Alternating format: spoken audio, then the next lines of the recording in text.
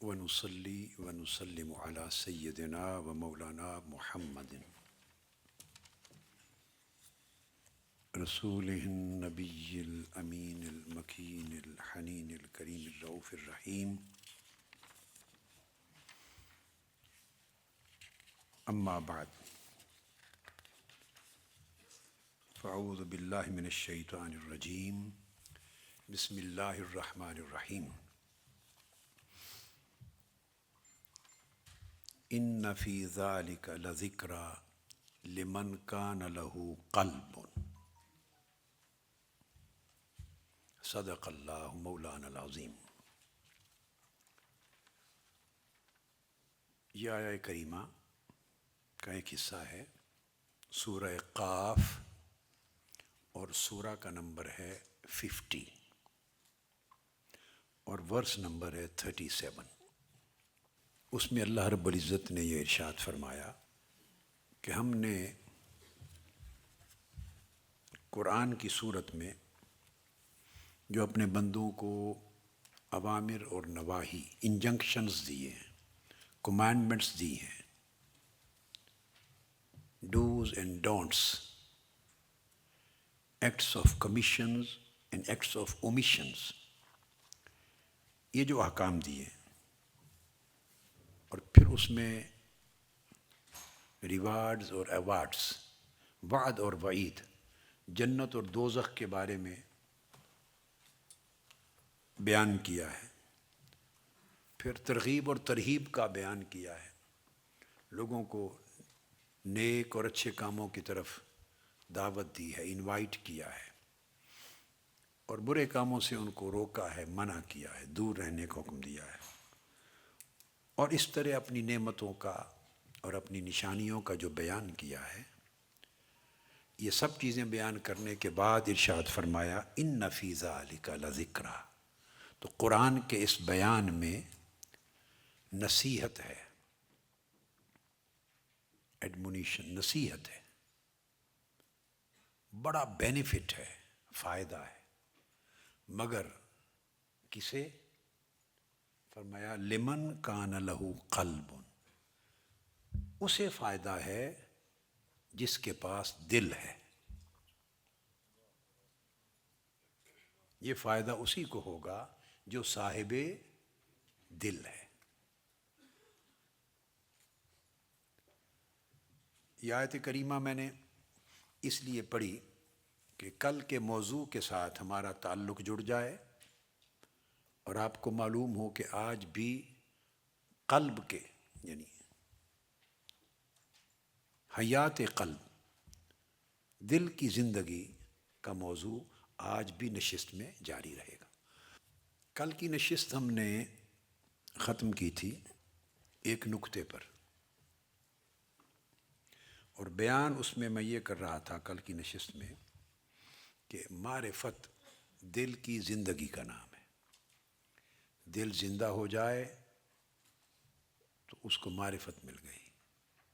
پھر دل کیسے زندہ ہوتا ہے؟ اللہ رب العزت کے ساتھ جڑنے سے دل زندہ ہوتا ہے. اور بندہ اللہ رب العزت کے ساتھ اپنے دل کو جوڑ نہیں سکتا جب تک اللہ کا غیر، یعنی وہ چیزیں جو اللہ کو ناپسند ہیں، جو اللہ سے دور لے جانے والی ہیں، وہ اگر دل میں رہیں تو اللہ اس دل میں نہیں آتا.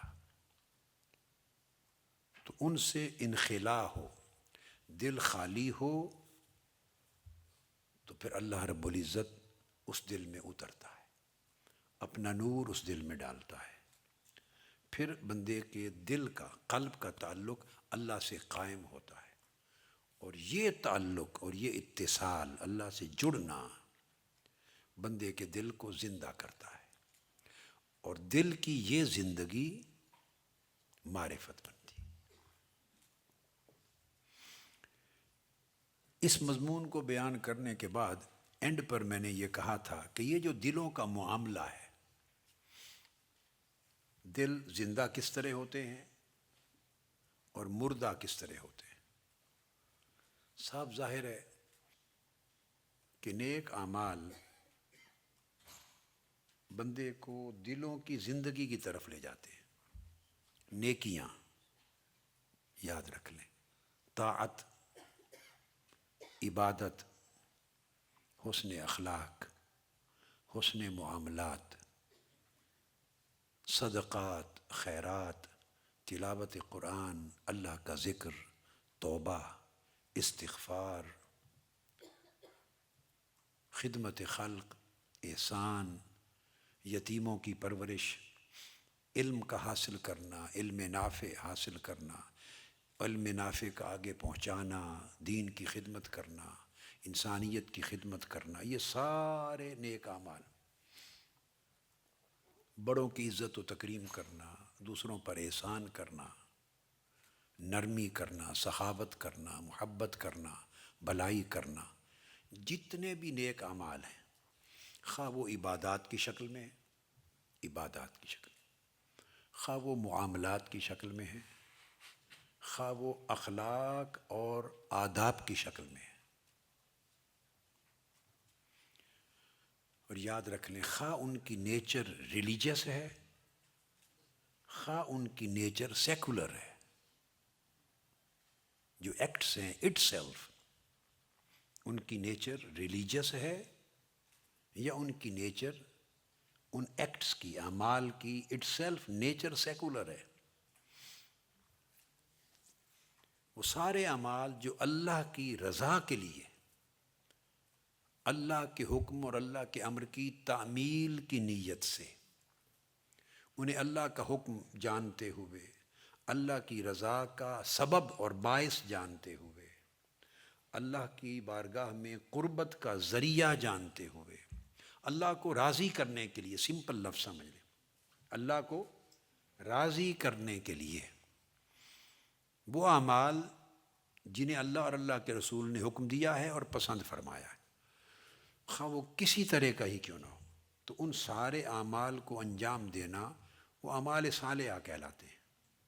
تو یہ سارے اعمال صالحہ لیڈ کرتے ہیں ٹورڈز لائف آف ہارٹ، دل کی زندگی کی طرف لیڈ کرتے ہیں. اور اعمال بد، اعمال سیئہ، معصیت، گناہ، اللہ کی نافرمانی، ظلم، غفلت، دوسروں پر زیادتی، جہالت کے کام، غصہ، جبر، ناانصافی، حق تلفی، یہ جتنے گناہ کے کام ہیں، اور وہ گناہ کے کام پھر خواہ ان کی نیچر ریلیجیس ہو، خواہ ان کی نیچر سیکولر ہو، دنیاوی نوعیت کے کام ہو، تو وہ سارے کام جو اللہ کی ناراضگی کا باعث بنتے ہیں، جو بندے کو اللہ سے دور کرنے والے ہیں، اللہ کو ناراض کرنے والے کام ہیں، وہ سارے کام الٹیمیٹلی دلوں کو مردہ کرتے ہیں، دلوں کو موت دینے کا سبب بنتے ہیں. یہ ایک بیسک چیز ہے. میں آپ کو خلاصہ دے رہا ہوں ابھی، جو کل جہاں پر بات ختم کی اس کے ساتھ جوڑ رہا ہوں، تاکہ آپ کی جو مائنڈز ہیں، نوٹس ہیں، دل و دماغ ہیں، کنیکٹ ہو جائیں اس کے ساتھ. تو یہ بات کہہ کر میں نے پھر اینڈ پر یہ کہا تھا کہ جو بھی عمل آپ کرتے ہیں یا فعل صادر کرتے ہیں، any act, any did you perform,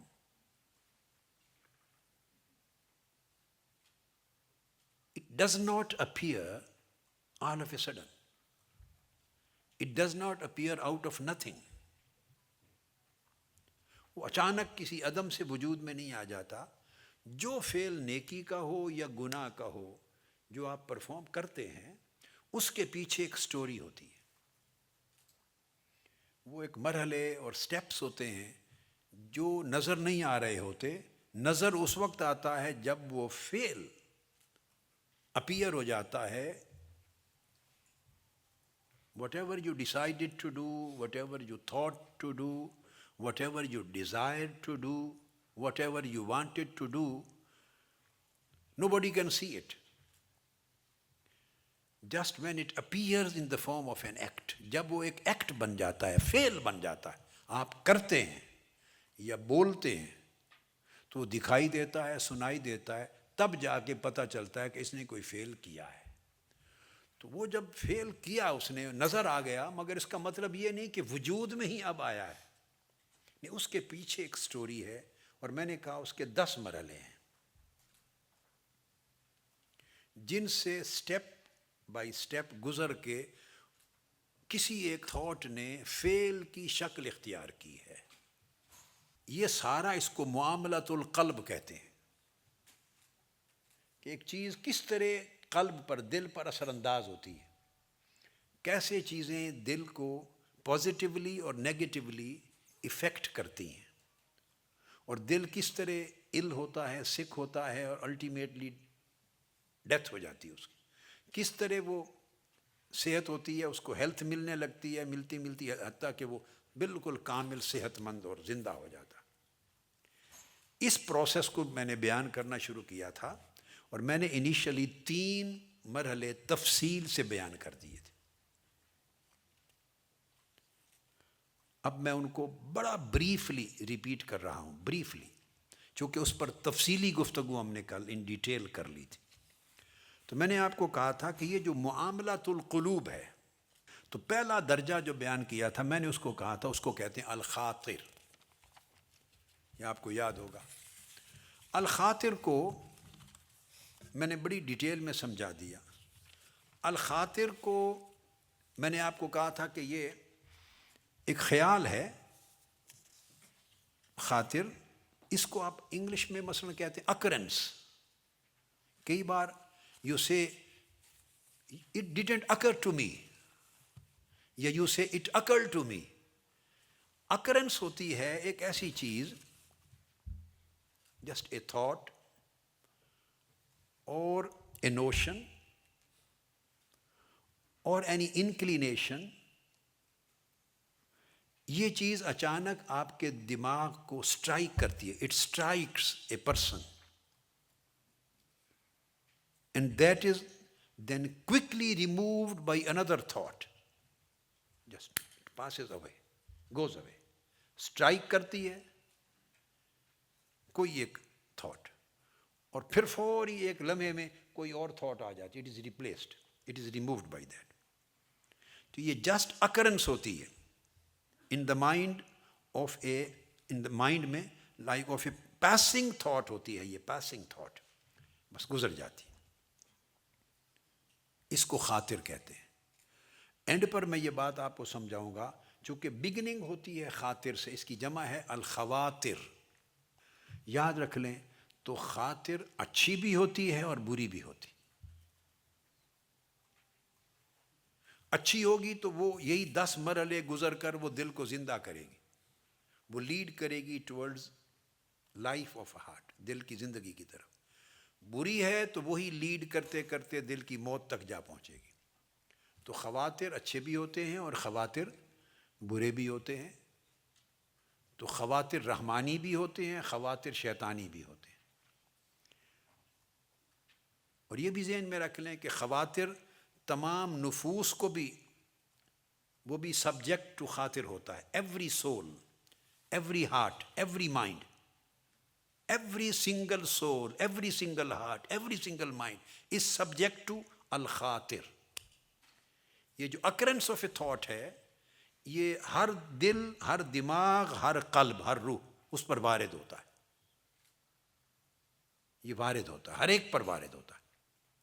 نیکوں پر بھی، اولیاء اور صالحین پر بھی خواطر آتے ہیں، عرفاء، کتبوں، غوثوں پر، سب اولیاء صالحین پر بھی الخواطر۔ وہ خواطر اوریجنیٹ ہوتے ہیں مالا اعلیٰ سے، نور سے، اوریجنل طاعت کے۔ اور برے لوگوں پر شیطانی نفسانی خواطر بھی آتے ہیں۔ تو اب دیکھنا یہ ہے کہ جب وہ خاطر آتا ہے ایک اکرنس کی طرح تو گزر جاتا ہے۔ دوسری چیز میں نے آپ کو بتائی تھی کہ پھر حدیث النفس، حدیث النفس کا میں نے کہا کہ وہ تو آیا، ایک اکرنس تھی، گزر گئی، اٹ پاسڈ اوے، مگر اس کے بعد وہ اپنے پرنٹ چھوڑ گئی۔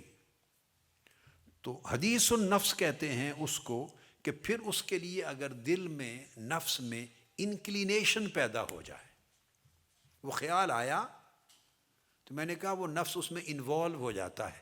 وہ انوالومنٹ کیا ہے؟ You feel some inclination towards that occurrence of thought.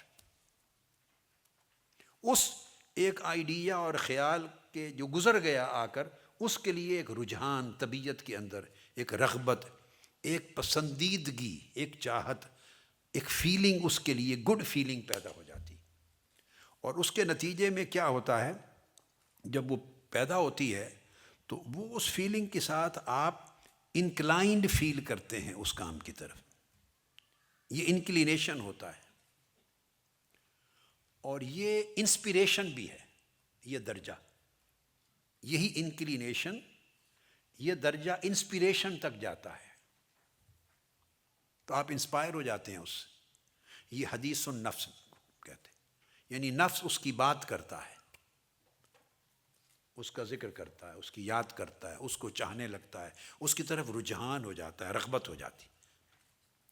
تیسری چیز میں نے بیان کی تھی الہم. تو جو الہم ہے یہ ایسپیریشن ہے. ہم کے لیے آپ سمجھیں، جو میں لفظ آپ کو یوز کروں گا، وہ جو خیال میں نے کہا تھا وہ انسان کے دل میں ایک خیال بن جاتا ہے. بعض اوقات کتابوں میں بعض جب ٹرانسلیٹ کرتے ہیں تو ہم کے لفظ کے لیے ریزولوشن کا لفظ لکھ دیتے ہیں بعض اسکالرز یا بعض ٹرانسلیٹرز. وہ درست نہیں ہے. وہ الہمہ ہے، اسی ہم سے نکلا ہے لفظ ہمہ. ہمہ ریزولوشن ہے. یہ بہت آگے کی سٹیج ہے. ہم اس کے پہلے کی سٹیج ہے. تو ہم صرف وہ ایک تھاٹ ہے جو اب پہلے اکرنس تھی، پھر اس کے لیے انکلینیشن پیدا ہوا، پھر وہ تھاٹ بن گیا بندے کے اپنے دل و دماغ میں. اب وہ پہلے گزر گئی تھی، اب وہ تھاٹ آ گئی. جب وہ تھاٹ اس کے اندر رک جاتی ہے، ذہن میں آ جاتی ہے، جگہ پا لیتی ہے، سٹے کرتی ہے، تو اس کو ہم کہتے ہیں. تو ہم ارادہ نہیں ہے مگر ارادے سے ملتی جلتی چیز ہے. سو یہ بندے کا، یہ وہ جگہ ہے ہم، جہاں اب بندہ اس تھاٹ کی اکرنس کو جو گزر گئی تھی اس کو اون کر لیتا ہے، اسے اون کر لیتا ہے. اب وہ اسے اپنی تھاٹ بنا لیتا ہے انکلینیشن کی سپورٹ سے، نفس کی رغبت کی سپورٹ سے اپنی تھاٹ بنا لیتا، اون کرتا ہے. یہاں تک میں نے بیان کیا تھا. اب یہاں میں ایک حدیث کوٹ کروں، آپ کو اس کے مفہوم کی سمجھ آ جائے گی، بڑی دلچسپ. آقا علیہ الصلوۃ والسلام نے فرمایا من ہم بحسنۃ، جس شخص نے کسی نیکی کا، اب جب ترجمہ جو بھی ٹرانسلیٹر کرے گا وہ کرتے ہیں جس نے ارادہ کیا، لیکن اب اس کی ڈیپتھ میں جاتے ہوئے میں نے ہمہ اور ارادہ میں فرق کر دیا ہے. عام ٹرانسلیشن کرتے ہوئے ارادہ کر دیتے ہیں کہ جس نے کسی نیک کام کرنے کا ارادہ کیا، یعنی خیال کیا. اس کا مطلب ہے خیال، تھاٹ. ہم کا مطلب کیا ہے کہ اب وہ جو اکرنس تھی وہ اس کا خیال بن گیا ہے. تو اس کا مطلب ہے جس کے دل میں نیک کام کرنے کا خیال آیا، یعنی اس کے ارادے کی بھی ابتدا ہوئی، جسٹ بگننگ ہوئی. یہ خیال اس نے اون کیا کہ یہ نیک کام کروں. جب وہ نیک کام کا خیال آیا تو اس کا مطلب ہے کوئی 2 مرحلے وہ پہلے گزر چکا تھا. خاطر چونکہ تیزی سے ایک چمک ہوتی ہے جو گزر جاتی ہے، تو ایک وہ چیز کہیں نہ کہیں سے اس کو آئیڈیا کلک ہوا تھا، اکرنس. پھر اس سے انکلینیشن پیدا ہوئی تھی، اور اس نے اس کو خیال میں بدل دیا، اس کو رغبت دے دی. تو آقا علیہ السلام نے فرمایا جس نے کسی نیک کام کا حسنہ کا ارادہ کیا، یعنی خیال کیا، وَلَمْ يَعْمَلْهَا، مگر اس پر عمل نہ کیا.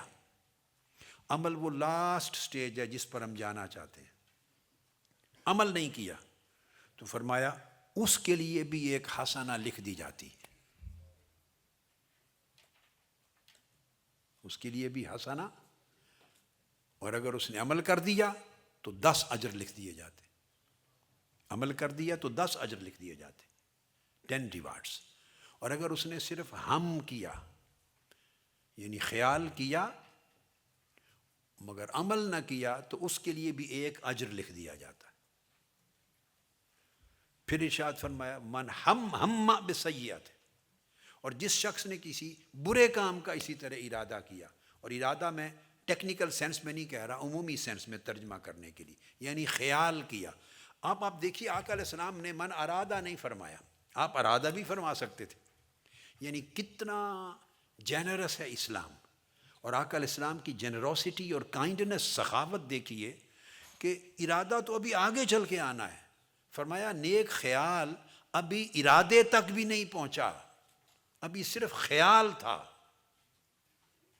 جب آپ درجے پڑھ لیں گے نا تو پھر آپ فرق کریں گے. یعنی نیک کام کا ابھی خیال تھا، ابھی وہ ارادے کی سٹیج پر بھی نہیں پہنچا تھا. ہم خیال تھا مگر کام نہیں کیا، روک دیا، ذہن بدل گیا، نہیں کر سکا، تب بھی اللہ اس کو 1 اجر دے دیتا. اب اس کا مطلب یہ ہوا کہ جو گفتگو ہم کر رہے ہیں کل اور آج سے، تو گویا ہم اور ہم کی ایک حقیقت ہے، ورنہ بلا حقیقت شے پہ اجر نہیں ملتا. بلا حقیقت شے پر اجر نہیں ہو سکتا، چونکہ اجر ایک حکم ہے. حکم مرتب نہیں ہوتا کسی ایسی شے پر جو حقیقت میں ایگزسٹ ہی نہیں کرتی. تو گویا ہم پر اگر اجر مل گیا تو اس کا مطلب ہے ہم میں کچھ ہے. یعنی ہم میں کچھ ہے کہ اس پر ایک شریعت کا حکم مترتب ہو گیا اور اجر مل گیا. اسی طرح فرمایا جس نے ہم کیا یعنی خیال کیا برے کام کا اور پھر اس کو نہ کیا، لم یعملھا، عمل نہیں کیا، تو فرمایا اس کو بھی 1 اجر نیکی کا لکھ دیا جاتا ہے. اور ایک حدیث میں ہے اس کے لیے گناہ نہیں لکھا جاتا. اب آپ دیکھیے ادھر نیک کام کا وہی خیال کیا اور کیا نہیں تو اس پر نیک کام کا 1 اجر لکھ دیا گیا، اور برے کام کا وہی خیال کیا اور نہیں کیا مگر اس پر گناہ نہیں لکھا جاتا، 1 گناہ بھی. اور دوسری حدیث میں آقا علیہ السلام نے فرمایا کہ اس کے لیے 1 نیکی لکھ دی جاتی ہے. جس نے برائی کا خیال کیا مگر عمل نہیں کیا اس کو بھی نیکی لکھ دی جاتی، نیکی لکھ دی جاتی.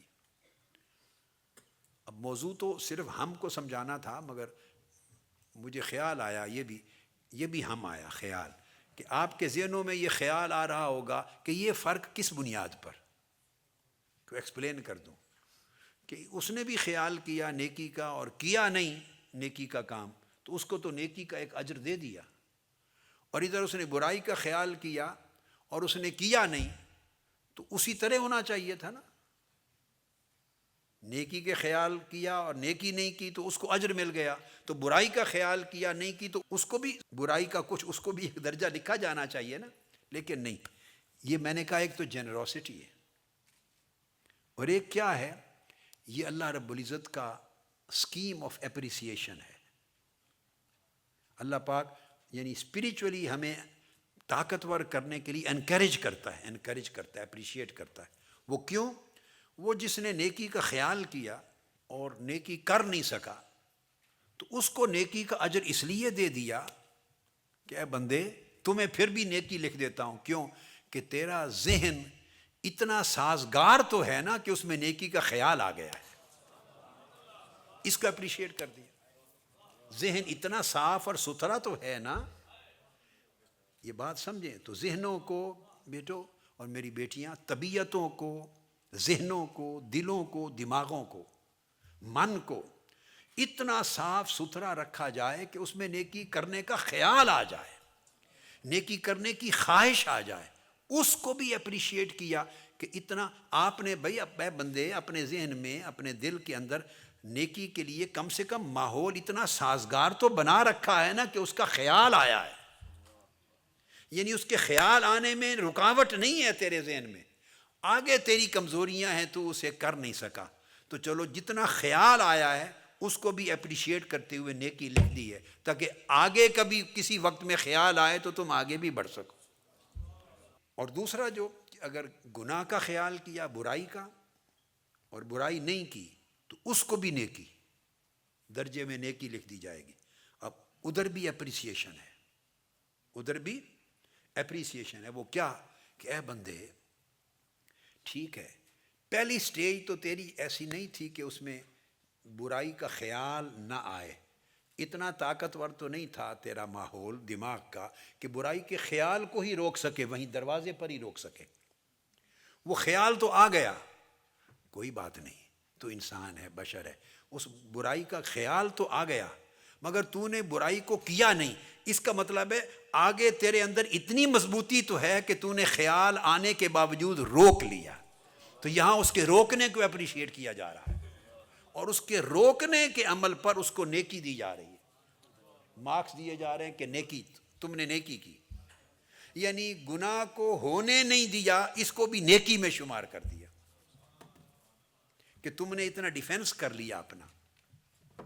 تو اس کے ڈیفینسو کیپیسٹی یا ڈیفینسو کیپیبلٹی جو ہے دماغ میں خیال کے لیے ریسیپٹیو تھا، خیال کی حد تک، ہم کی حد تک he was receptive, his mind was receptive, مگر his body was not prepare to perform that scene, تو وہ پروٹیکٹیو تھی۔ تو مائنڈ ریسیپٹیو تھا گناہ کے لیے، اور باڈی یا اس کے مائنڈ کا اگلا حصہ، پورا کا پورا مائنڈ، کیونکہ کئی مرحلے مائنڈ پہ ہی پڑے تھے نا، وہ پروٹیکٹیو بھی تھے۔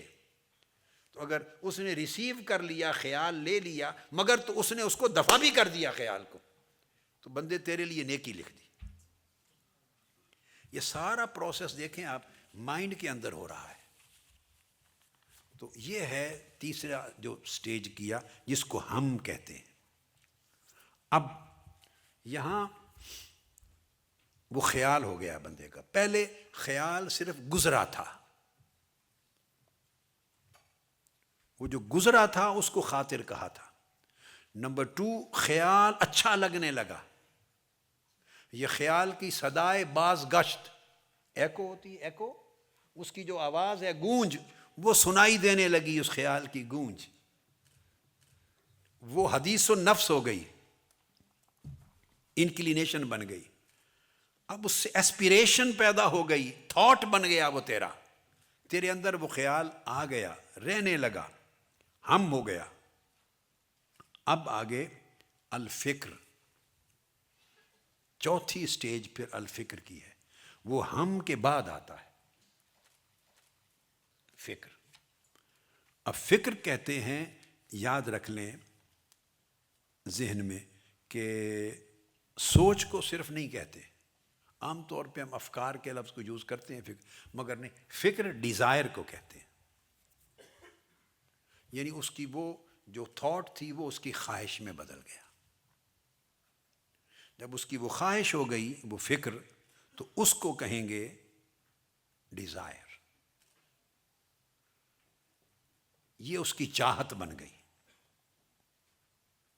یہ اس سے اگلی سٹیج ہے، چاہت بن گئی فکر۔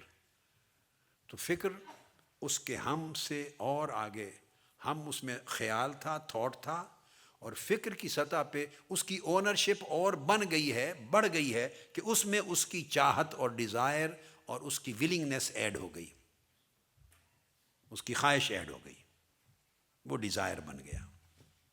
اب آپ دیکھیں کوئی بھی عمل جب آتا ہے تو بڑی باریک فرق ہے، مگر ان مرحلوں سے گزرتا ہے، ان مرحلوں سے گزر کے پھر وہ اس کی ڈیزائر بنتی ہے۔ ڈیزائر کی سٹیج پر وہ کافی وقت لیتا ہے، ڈیزائر یعنی فکر کافی زیادہ وقت تک سٹے کرتا رہتا ہے، اس میں بندہ مشقت میں، سٹرگل میں پڑا رہتا ہے، وہ خواہش کے خلاف فائٹ کرتا ہے، اس کو نکالنا چاہتا ہے، لیکن چونکہ وہ ڈیزائر بن گئی ہوتی ہے، خالی اب وہ تھاٹ نہیں رہی۔ اب اس سٹیج پر یہ اس بندے کی غفلت ہوتی ہے، ہماری سب کی، کہ اس سٹیج تک اس کو آنے دیا. جب وہ اندر ایک چھپی ہوئی ڈیزائر بن جاتی ہے، اس کا فکر بن جاتا ہے، اس وقت اسے ختم کرنا، اس کی روٹس کو کاٹنا، اس کو نکال کرنا، اس کو ٹرمینیٹ کرنا، اس کو ایلیمینیٹ کرنا بڑا مشکل کام ہو جاتا ہے. چونکہ فکر بننے سے پہلے 3 مرحلے وہ طے کر چکا ہے، اب 4تھے مرحلے میں آ گیا ہے. چاہیے تو یہ تھا کہ شروع میں جب خاطر بن کے آیا تھا تو اسی وقت وہ اس کا نوٹس لیتا. یہ خیال کہاں سے آیا ہے؟ اگر نیکی کی خاطر آئی، نیکی کی ایک اکرنس آئی، تو وہ ایک گلیم آف لائٹ ہوتی، ایک روشنی ہے، ایک چمک ہے، کرن ہے، اور وہ سڈن گلیم آف لائٹ ہوتی اچانک ہے. برائی کا آئی وہ بھی ایک سڈن اکرنس ہوتی ہے. لیکن اب بندے کا کام کیا ہے؟ اب آپ کو دل کو، آپ چونکہ ہم غفلت کرتے ہیں، یہی تباہی کا باعث ہے. جس سٹیج پہ جو کام کرنا چاہیے، جو بندہ اس سٹیج پر نہیں کرتا اور وہ وقت گزر جاتا ہے، تو بعد میں خود مشکل میں پھنس جاتا ہے. آپ سمجھیں بات کو؟ اولاد کے معاملے میں پیرنٹس کا یہی پرابلم ہے. جس سٹیج پر انہیں خاص ماڈل میں ڈالنا چاہیے، جس سٹیج پہ انہیں تربیت کرنی چاہیے، جس سٹیج پہ انہیں جائز ناجائز کا فرق سکھانا چاہیے، اور تربیت سے ان کی پرورش، صحیح نیک پرورش سے انہیں ایک رخ پر لگانا چاہیے، وہ سٹیج ہم گزار دیتے ہیں صرف لاڈ اور پیار میں اور بے پرواہی میں. حقوق اور فرائض میں توازن نہیں کرتے. جب وہ سٹیج گزر جاتی ہے، یہ بالکل آپ کو مثال بڑی آسانی سے سمجھ میں آ جائے گی. وہی بچے بچیاں جب اس سٹیج سے گزر کے وہ 11-12 سال کی ایج تک جب پہنچتے ہیں تو پھر بڑا ڈیفیکلٹ ہو جاتا ہے، ان کی عادات بن جاتی ہیں. وہ اب خاطر سے بھی گزر گئے ہیں. یہ میں الفاظ ایسے ہی آپ کو سمجھانے کے لیے استعمال کر رہا ہوں، اپلیکیشن اس کی ٹیکنیکلی صحیح نہیں ہے.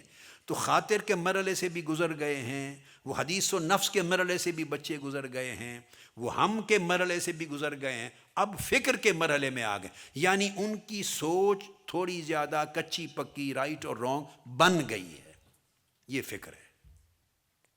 اب آپ ان کو روکتے ہیں تو وہ ناپسند کرتے ہیں، ریئیکٹ کرتے ہیں. بچے they start understanding, they understand کرتے ہیں، اور پھر ان کی ڈیزائر ڈیولپ ہو جاتی، میں نے یہ کرنا ہے. اس سے پہلے ایک سٹیج تھی جب ڈیزائر ڈیولپ نہیں ہوئی تھی، تھاٹ تھی. ماں روک لیتی ہے، باپ روک لیتا ہے اس کو، بھئی یہ غلط تھاٹ ہے. وہ ریسیپٹیو زیادہ تھے، اس وقت جو ٹائم تھا وہ گزر جاتا ہے، پرواہ نہیں کرتے.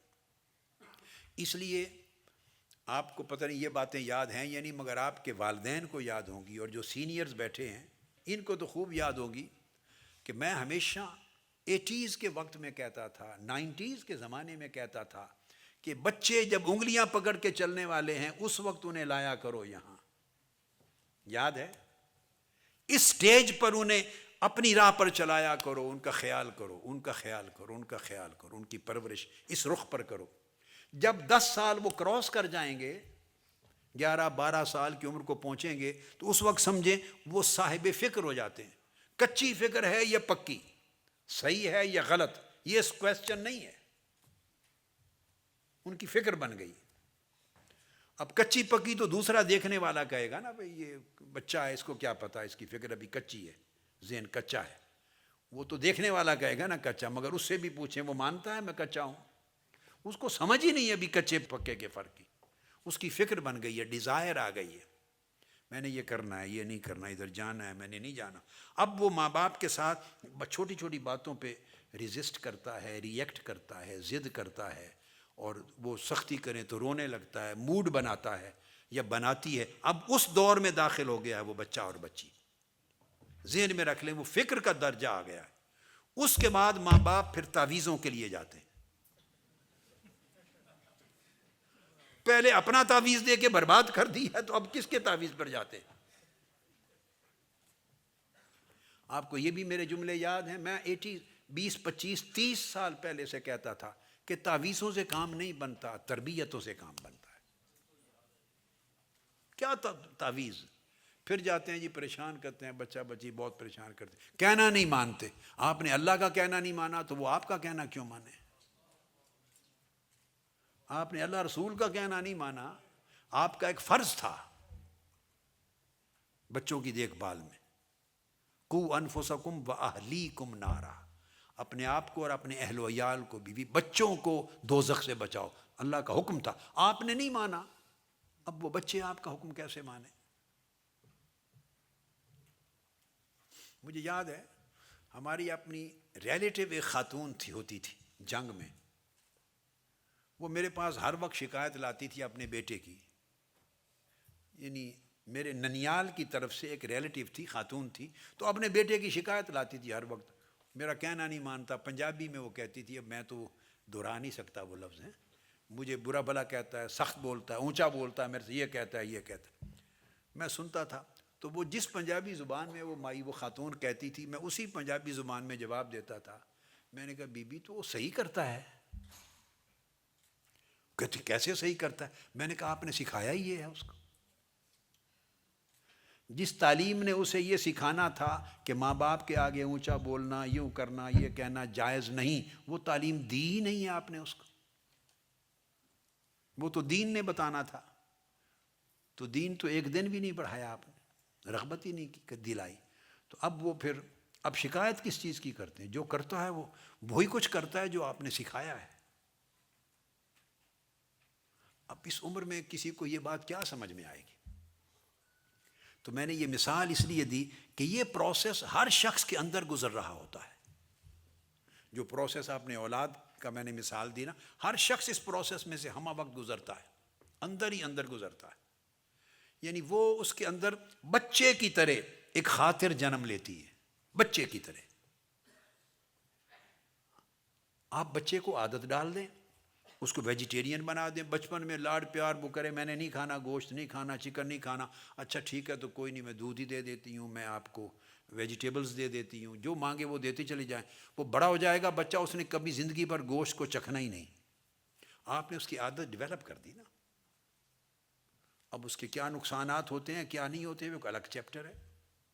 تو جس عادت پہ آپ ڈال دیں وہ اب جب پختہ ہو جاتی ہے تو ہمارے اندر یعنی یہ ہے، ہر وقت ایک بچہ ہوتا ہے ہمارے، وہ کچھ وقت خاطر میں گزارتا ہے، ہم پرواہ نہیں، نوٹس نہیں لیتے، پھر وہ حدیث و نفس بن جاتا ہے، وہ خیال ہمیں سمجھ ہوتی ہے، اب پہلے نہیں تو اب تو آ جائے گی، اب سمجھا رہا ہوں کہ وہ انکلینیشن ڈیولپ ہو رہی ہے، اس کی حدیث و نفس بن رہی ہے، اس کی ایکو سنائی دیتی ہے، صدائے بازگشت گونجتی ہے دل اور دماغ کی وادیوں میں، اور اس کی رغبت اور اس کی چاہت فیل ہوتی ہے، ایک فیلنگ بن رہی ہے، مگر پرواہ نہیں کرتے، وہ مرحلہ بھی گزرنے دیتے ہیں، نوٹس نہیں لیتے۔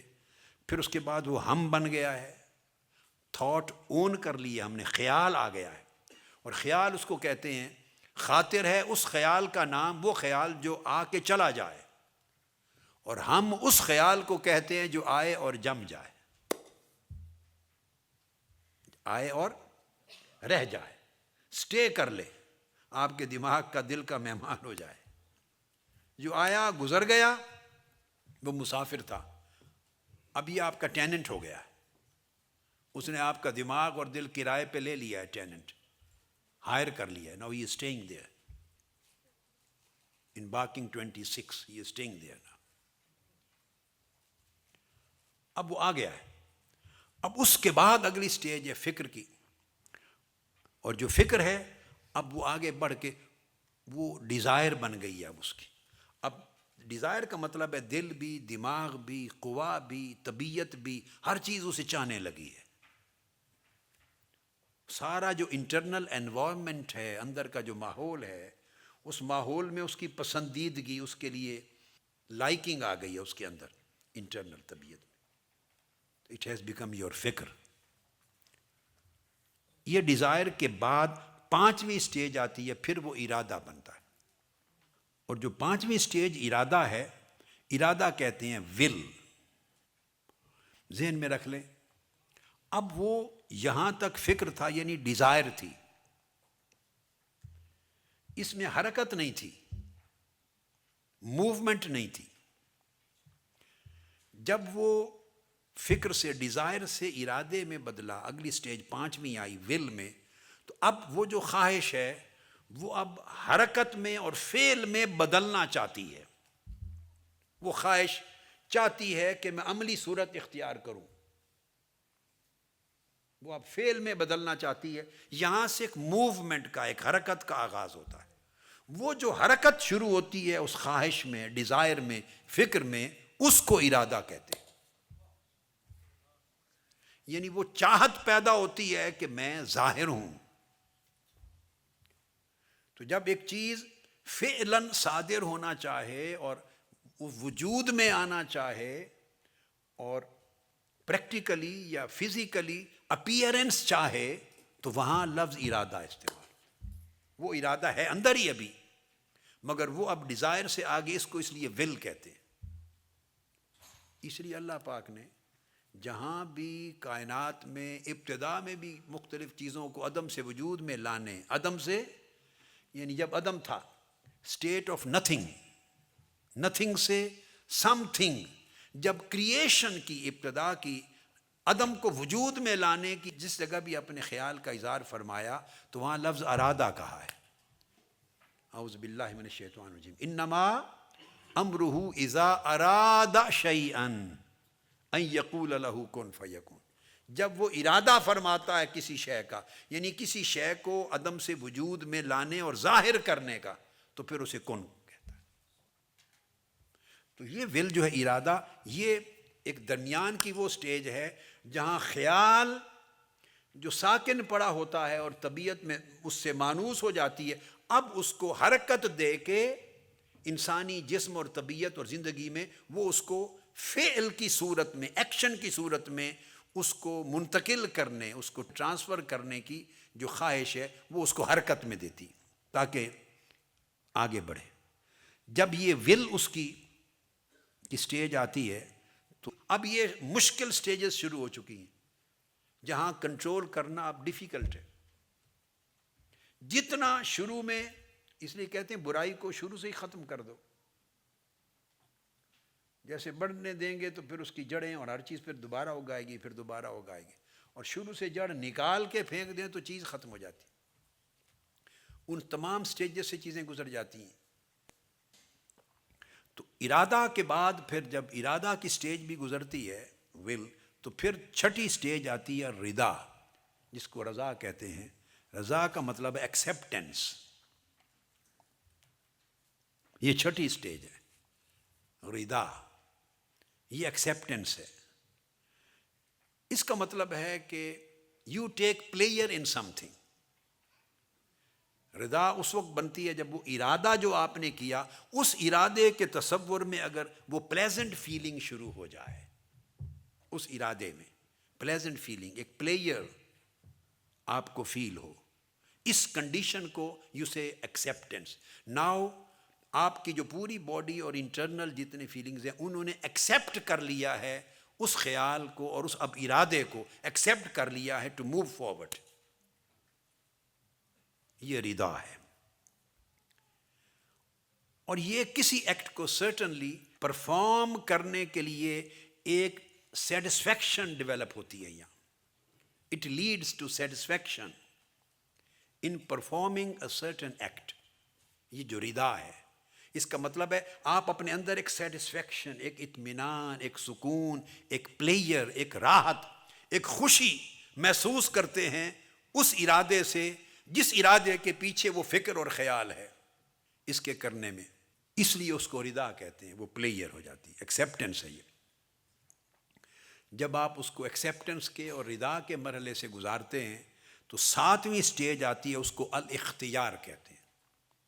اختیار یہ 7ویں سٹیج ہے. اختیار کو عام طور پہ کہہ دیتے ہیں چوائس.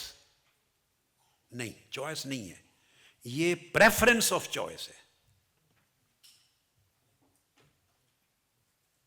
چوائس تو ہو چکی ہے. اب چوائس تو پہلے رضا ہو گئی، ایکسیپٹنس، اس میں بھی چوائس آ گئی، فکر بن گیا، ڈیزائر بن گئی، وہ بھی چوائس آ گئی. چوائس تو ہم اور فکر کے درمیان اس نے کر لی تھی. جو خیال اور جو ڈیزائر تھی، خواہش تھی، خیال اور خواہش، اس کی درمیانی سٹیج پہ اس نے ایک چوائس کر لی تھی، چوز کر لیا تھا. چوز کیا تو تب ارادہ کیا، اس کے لیے ہی would to do something. اور ول کے بعد اب رضا بھی آ گئی ہے، ایکسیپٹنس، اور ایکسیپٹنس گزر کے اب اختیار. اب کون سا چوائس کر رہا ہے؟ اب یہ پریفرنس آف چوائس ہے. یعنی جس چیز کو اس نے چوز کر لیا اس نے اب پریفر کر لیا ہے، اس کو سرٹیفائی کر دیا ہے. یہ سیلف ولنگنس، یعنی اس کا جو باطن ہے یا اس کا جو دھیان ہے وہ اب ذاتی طور پہ اس کے اوپر جم گیا ہے، مرکوز ہو گیا ہے، اس کے چناؤ پر، اس کے کرنے پر. اس کی طبیعت میں ایک کنسنٹریشن آ گئی ہے، اور اس نے باقی تمام چیزوں پر اس کو پریفر کر دیا ہے، باقی تمام چیزوں پر. یہ اختیار کہتے ہیں. اختیار کے بعد 8ویں سٹیج ہے پھر النیہ، نیت. اختیار عربی میں بھی وہ استفاء اور اختیار، یعنی کسی کو منتخب کر لینا، مصطفیٰ ہونا، منتخب ہونا، منتجب ہونا، منتقی ہونا، یہ سب ایک الفاظ ہیں. یعنی تمام چوائسز میں سے اور آپشنز میں سے ایک کو بہت اچھا سمجھ کے، جس کو اچھا سمجھ کے منتخب کر لینا، سب سے ٹاپ پہ رکھ لینا، اس کو اختیار کہتے ہیں. مختار، منتخب کیا گیا. اب اس کے بعد وہ اختیار کے بعد سٹیج آتی ہے النیہ، 8ویں سٹیج ہے. نیت کو انٹینشن کہتے ہیں. Intention to act. اب عام طور پہ جب انگلش اور اردو کی ٹرانسلیشنیں کرتے ہیں تو انٹینشن ارادے کے لیے بھی لکھ دیتے ہیں. ارادہ پیچھے گزر گیا، ارادہ پیچھے گزر گیا، جس کے لیے میں نے کہا وہ ول ہے. اب اس سے آگے کی سٹیج ہے ایکسیپٹنس، رضا، اور اس کے بعد پھر اختیار، پریفرنس، پھر اس کے بعد نیہ. نیت جو ہے وہ انٹینشن ہے، 8ویں سٹیج ہے. اب یہ انٹینشن کس چیز کی؟ Intention to act, intention to perform some particular act. وہ جو اس کی خیال اور ارادہ اور خواہش اور پسند اور ترجیح جو چلی آ رہی تھی، وہ اب اس مقام پر آ گئی ہے کہ اب اسے عملی شکل دینے کا اس نے فیصلہ کر لیا. اس کو نیت کہتے. اس لیے جب نماز پڑھتے ہیں نا تو وضو کے وقت نہیں نیت مقبول ہوتی، حالانکہ وضو اسی نماز کے لیے کر رہے ہیں. اٹھے ہیں نماز کے لیے، وضو کرنے گئے ہیں نماز کے لیے، کر کے آئے ہیں نماز کے لیے، سنتیں پڑھ لی ہیں نماز کے لیے. جب فرض کی نماز شروع کرتے ہیں تو عین اس وقت اللہ اکبر کہنے سے پہلے نیت کرتے ہیں. تو نیت پرفارمنس آف ایکٹ سے پہلے آخری چیز ہوتی ہے. جب عین اس کو عملی شکل دینے کا وقت آتا ہے، اب آپ کو سمجھ گئے. تو نیت پچھلے مراحل، حالانکہ سمت وہی ہوتی ہے ساری، مگر وہ نیت میں نہیں آتے. اس ٹائم پہ نیت کرنی پڑتی ہے. اس پر احناف اور شواف دیگر مذاہب کا فرق ہے. احناف کہتے ہیں زبان سے نیت کرے یہ سنت ہے، اس کو واجب، اور دل کی نیت واجب. اور شواف کہتے ہیں صرف دل سے نیت کر لیا وہ کافی ہے، زبان سے الفاظ بولنے کی ضرورت نہیں. یہ الگ بحث ہے کہ نیت الفاظ پر مشتمل ہے یا صرف دل کے فیصلے پر مشتمل ہے. تو نیت قلبی بھی کافی ہے، مگر وہ آخری لمحے عمل شروع کرنے سے پہلے جو سٹیج ہے وہ نیت ہے. تو نیت اس وقت ہوتی ہے جب سارے مراحل مضبوطی سے مکمل ہو چکے ہوتے ہیں. یہ 8ویں سٹیج ہے. جب انسان نیت کرتا ہے تو اس کے بعد 9ویں سٹیج ہے العزیمہ. اس کو عزم بھی کہتے ہیں، عزم، العزیمہ. یہ ریزولوشن ہے. صوفیہ بعض اوقات الہمہ کا لفظ بھی یوز کرتے ہیں، عظیم، الہمہ، مگر عزم اور عزیمہ، فرمنس، یہ فرمنس ہے، ریزولوشن ہے، یہ ڈٹرمینیشن ہے. نیت کے بعد عزیمہ، ڈٹرمینیشن ہے. یہ جو انٹینشن کیا تھا ارادہ، اس میں سمجھو سرٹیچیوڈ یا ایسی فرمنس کا اضافہ ہے. It is addition to intention. Firmness کا، ڈٹرمینیشن کا، سرٹیچیوڈ کا، اس کو مضبوط کر دیتے ہیں آپ. تو یہ عظیمہ 9ویں سٹیج تھی. 10ویں سٹیج پھر ہے القصد. القصد، اب قصد کو بھی اردو میں ترجمہ کرتے ہوئے لکھ دیتے ہیں ارادہ. اردو کا دامن بہت سی زبانوں سے بہت زیادہ وسیع ہے، مگر عربی کے مقابلے میں پھر اس کا دامن تنگ ہو جاتا ہے. اردو کا دامن بہت وسیع ہے زبانوں کے مقابلے میں، بہت. انگلش کے مقابلے میں تو بہت ہی وسیع ہے، مگر جب وہ عربی کے مقابلے میں آتی ہے اردو زبان تو اس کا دامن تنگ ہو جاتا ہے. عربی میں ایک ایک لمحے اور کیفیت کے بدلنے کے ساتھ ٹائٹل اور اصطلاح بدل جاتی ہے،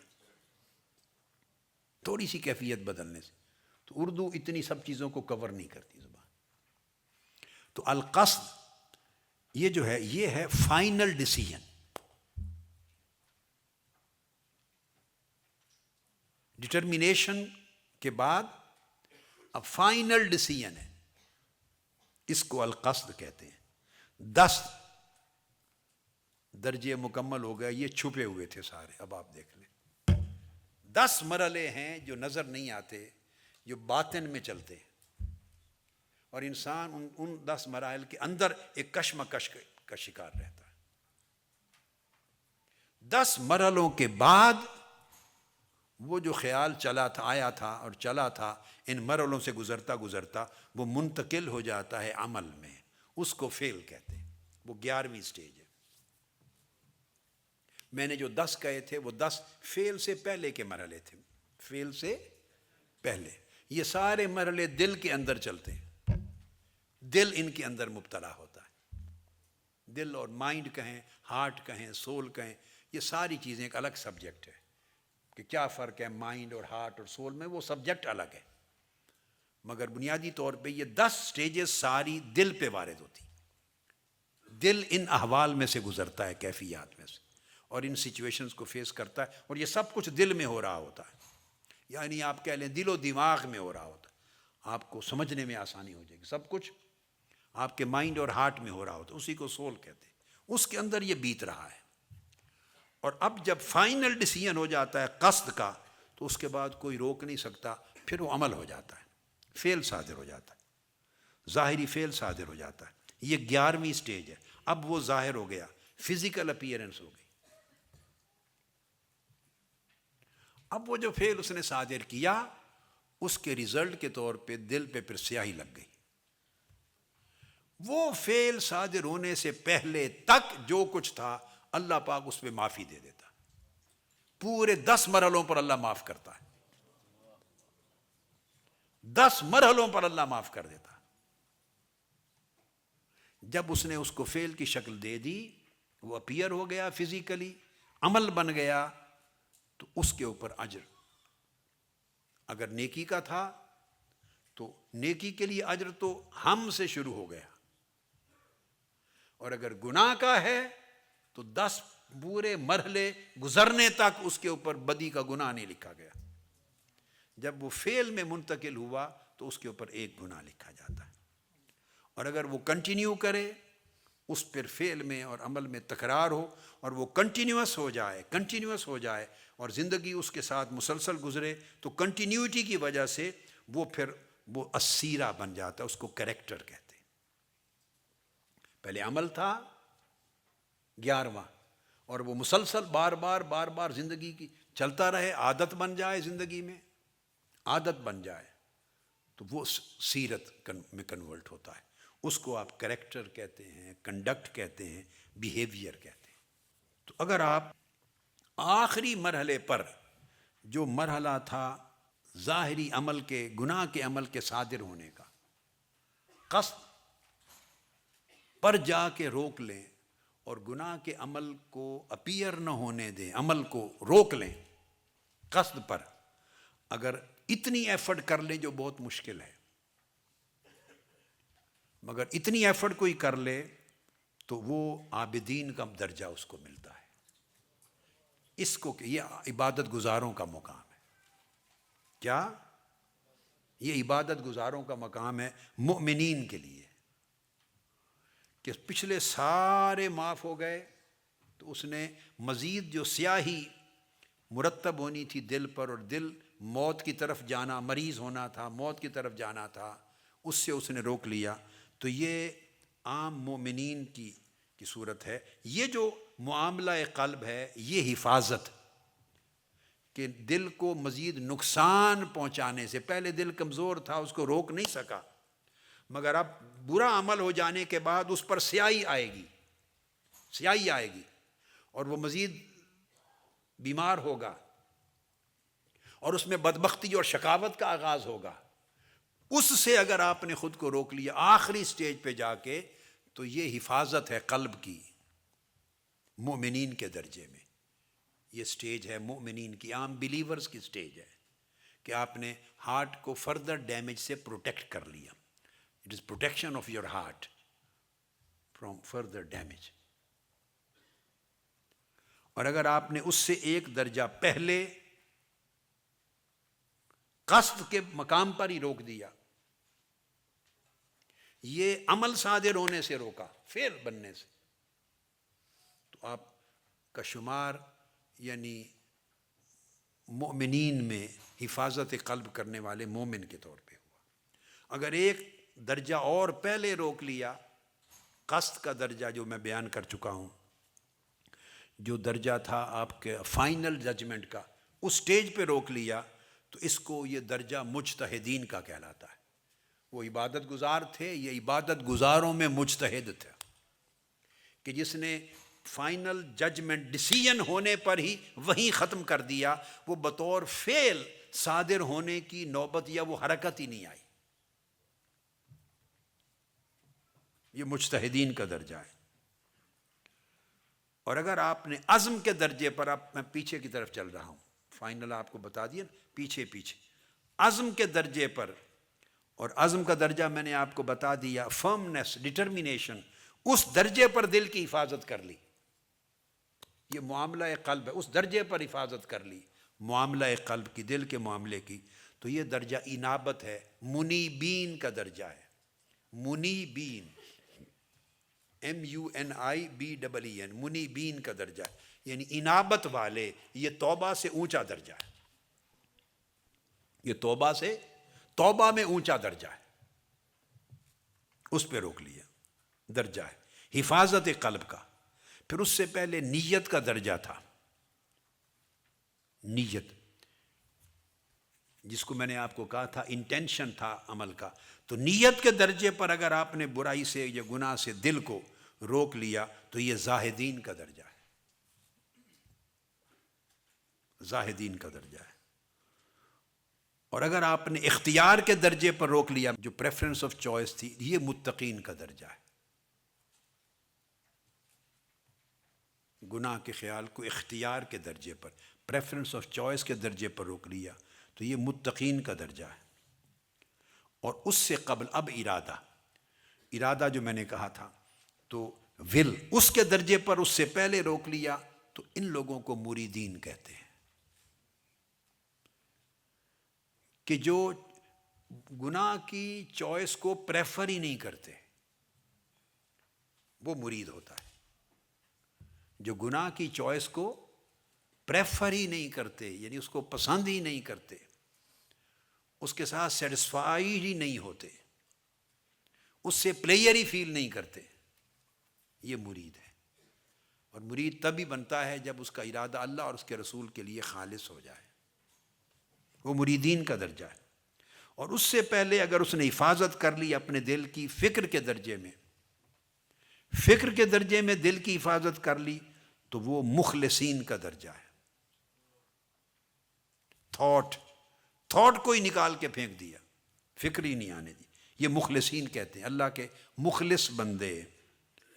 اور اگر اس سے بھی پہلے بندے نے جو میں نے آپ کو بتایا تھا، خیال کی سطح پر اس نے دل کے معاملے کی حفاظت کر لی، دل کی حفاظت کر لی خیال کی سطح پر، تو یہ اوابین کا درجہ ہے،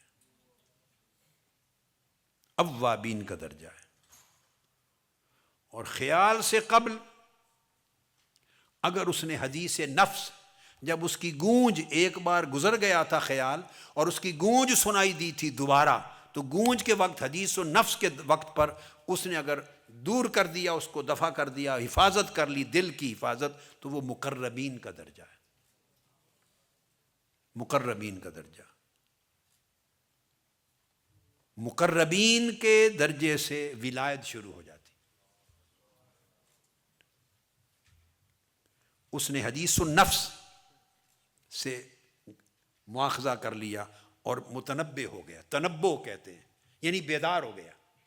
اس لیے اولیاء یقظہ میں رہتے ہیں، بیداری میں رہتے ہیں، اپنے نفس کی سپرویژن کرتے ہیں، اپنے حدیث نفس کی بھی نگرانی کرتے ہیں، چونکہ اس سے پہلی جو چیز ہے وہ اللہ رب العزت نے، وہ پھر آگے بتاتا ہوں، آ گئی ایک بار آ گئی، اللہ پاک وہاں گرفت نہیں کی ہے، تو دوبارہ پھر اگر وہ آئے تو وہ حدیث نفس ہے، اس کی رغبت پیدا ہوتی، تو وہ مدارج مقربین میں سے ہے، جو اونچے درجے کے پھر اولیاء ہیں، ان کا درجہ آ جاتا ہے، وہ اللہ پاک ان کو کہ وہ اس درجے پر روک لیتے ہیں۔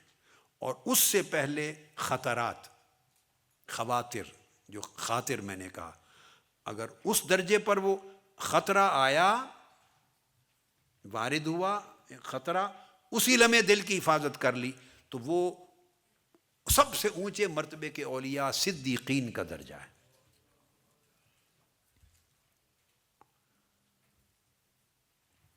تو افضل ترین حفاظت جس طریق پر اولیاء اللہ پاک کے محبوب مقرب دوست عمل پیرا ہوتے ہیں، وہ خطرات پہ نگاہ رکھتے ہیں، اعمال سیئہ گناہوں اور اعمال پر نہیں، وہ اس کے خطرات پر پہلی چمک جب آئی تھی،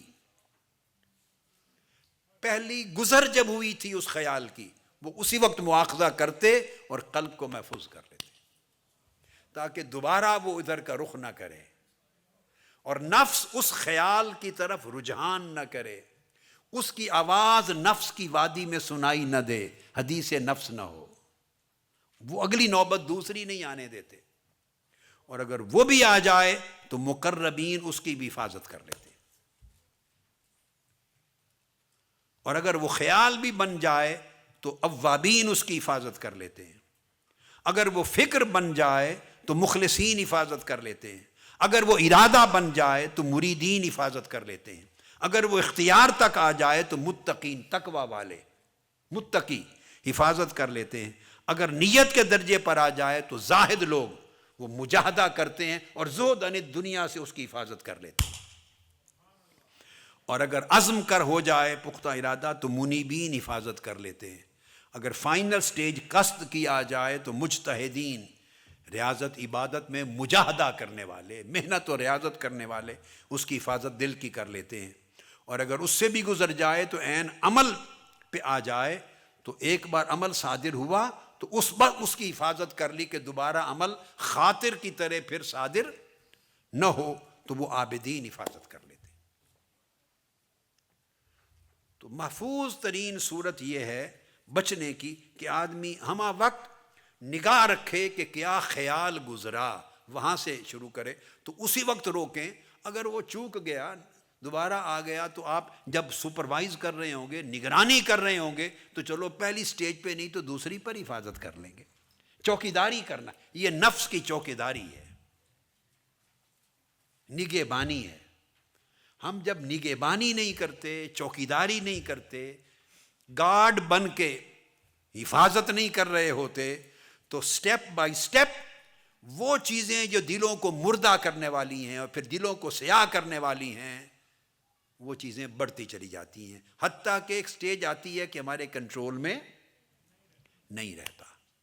لہذا یہ جو دو نشستیں ہو رہی ہیں کل کی اور آج کی، ان کا لب لباب یہ ہے کہ چوکیدار بنے اپنے دلوں کا، اپنے مائنڈ، اپنے ہارٹ، اپنا سول، دل اور دماغ نفس کے چوکیدار بنے، اس سٹیج پہ گرفت کریں، مواخذہ کریں، روکیں، اپنا دفاع کریں، ڈیفنس کریں جس سٹیج پر وہ خیال پہلی بار آیا۔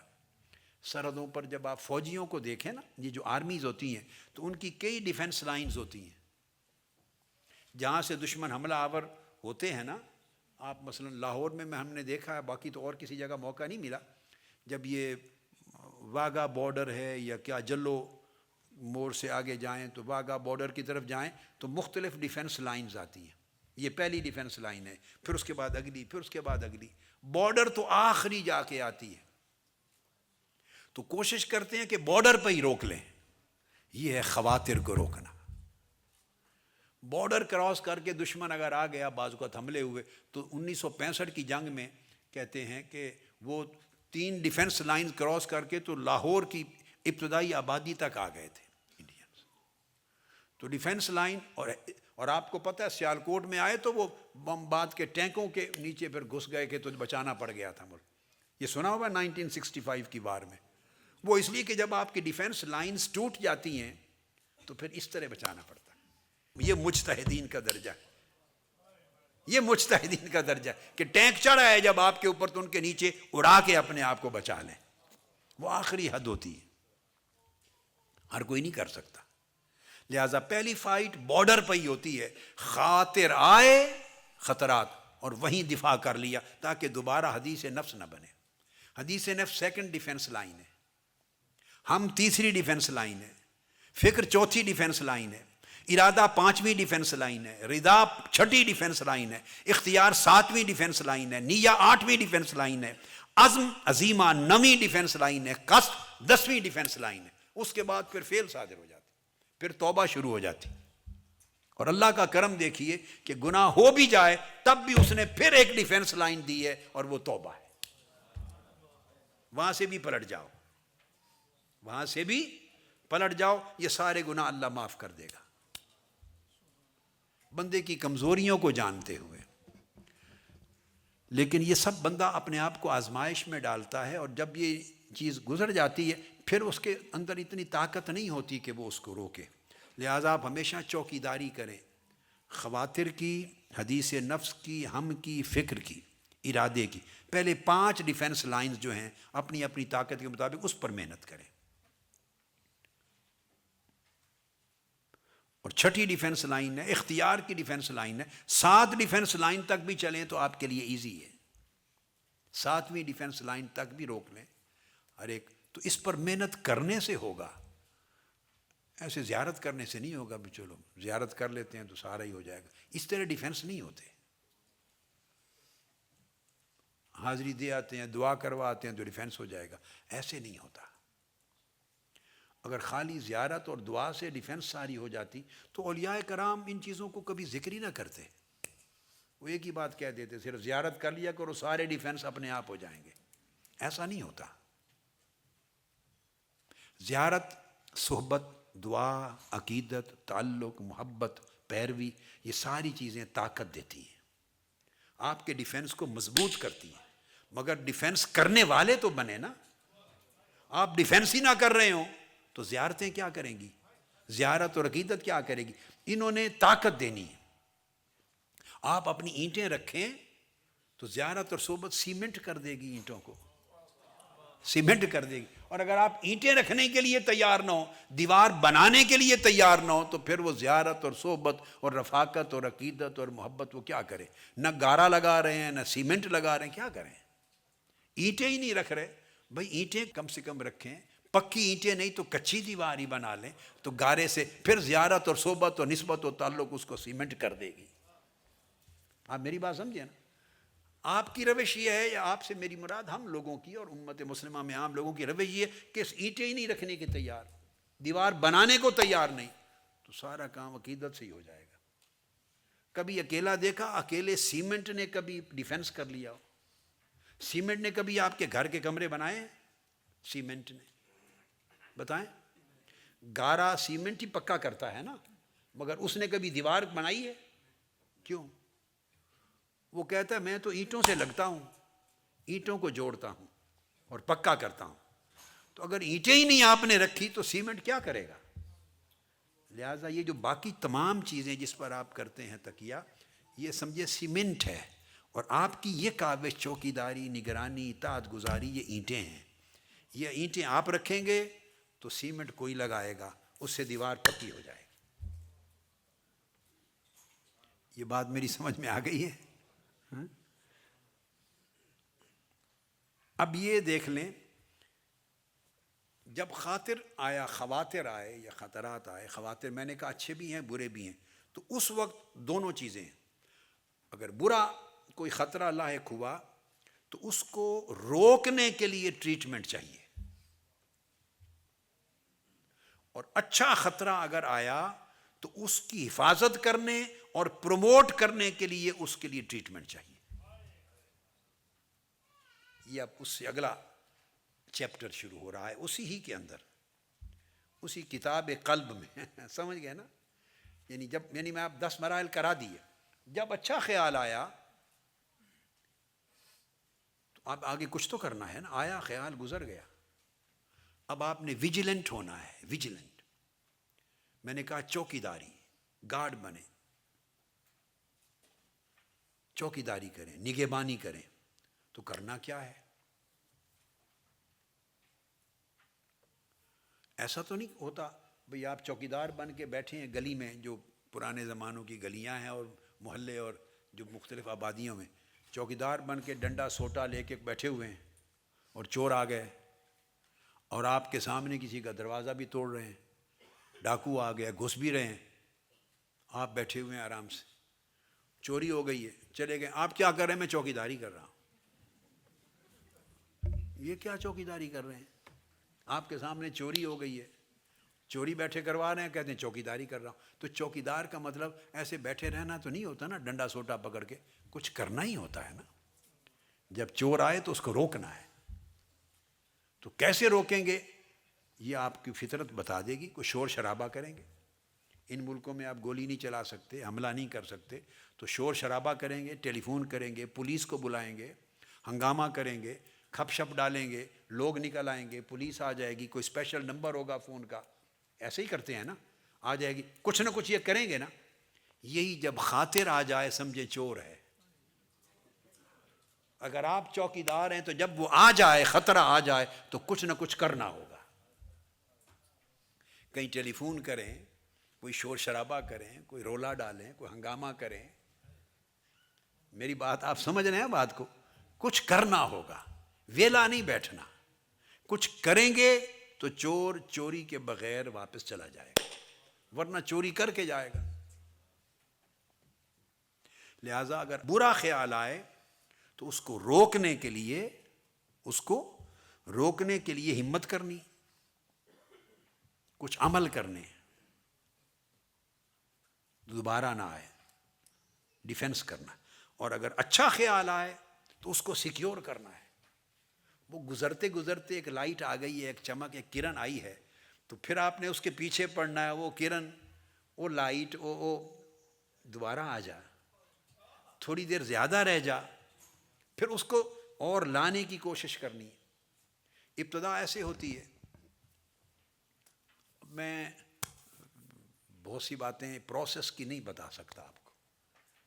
یہ جو پروسیس ہوتے ہیں، جو بچپن میں، لائف میں، جوانیوں میں گزرتے ہیں، اب میں وہ نہیں کہنا چاہتا۔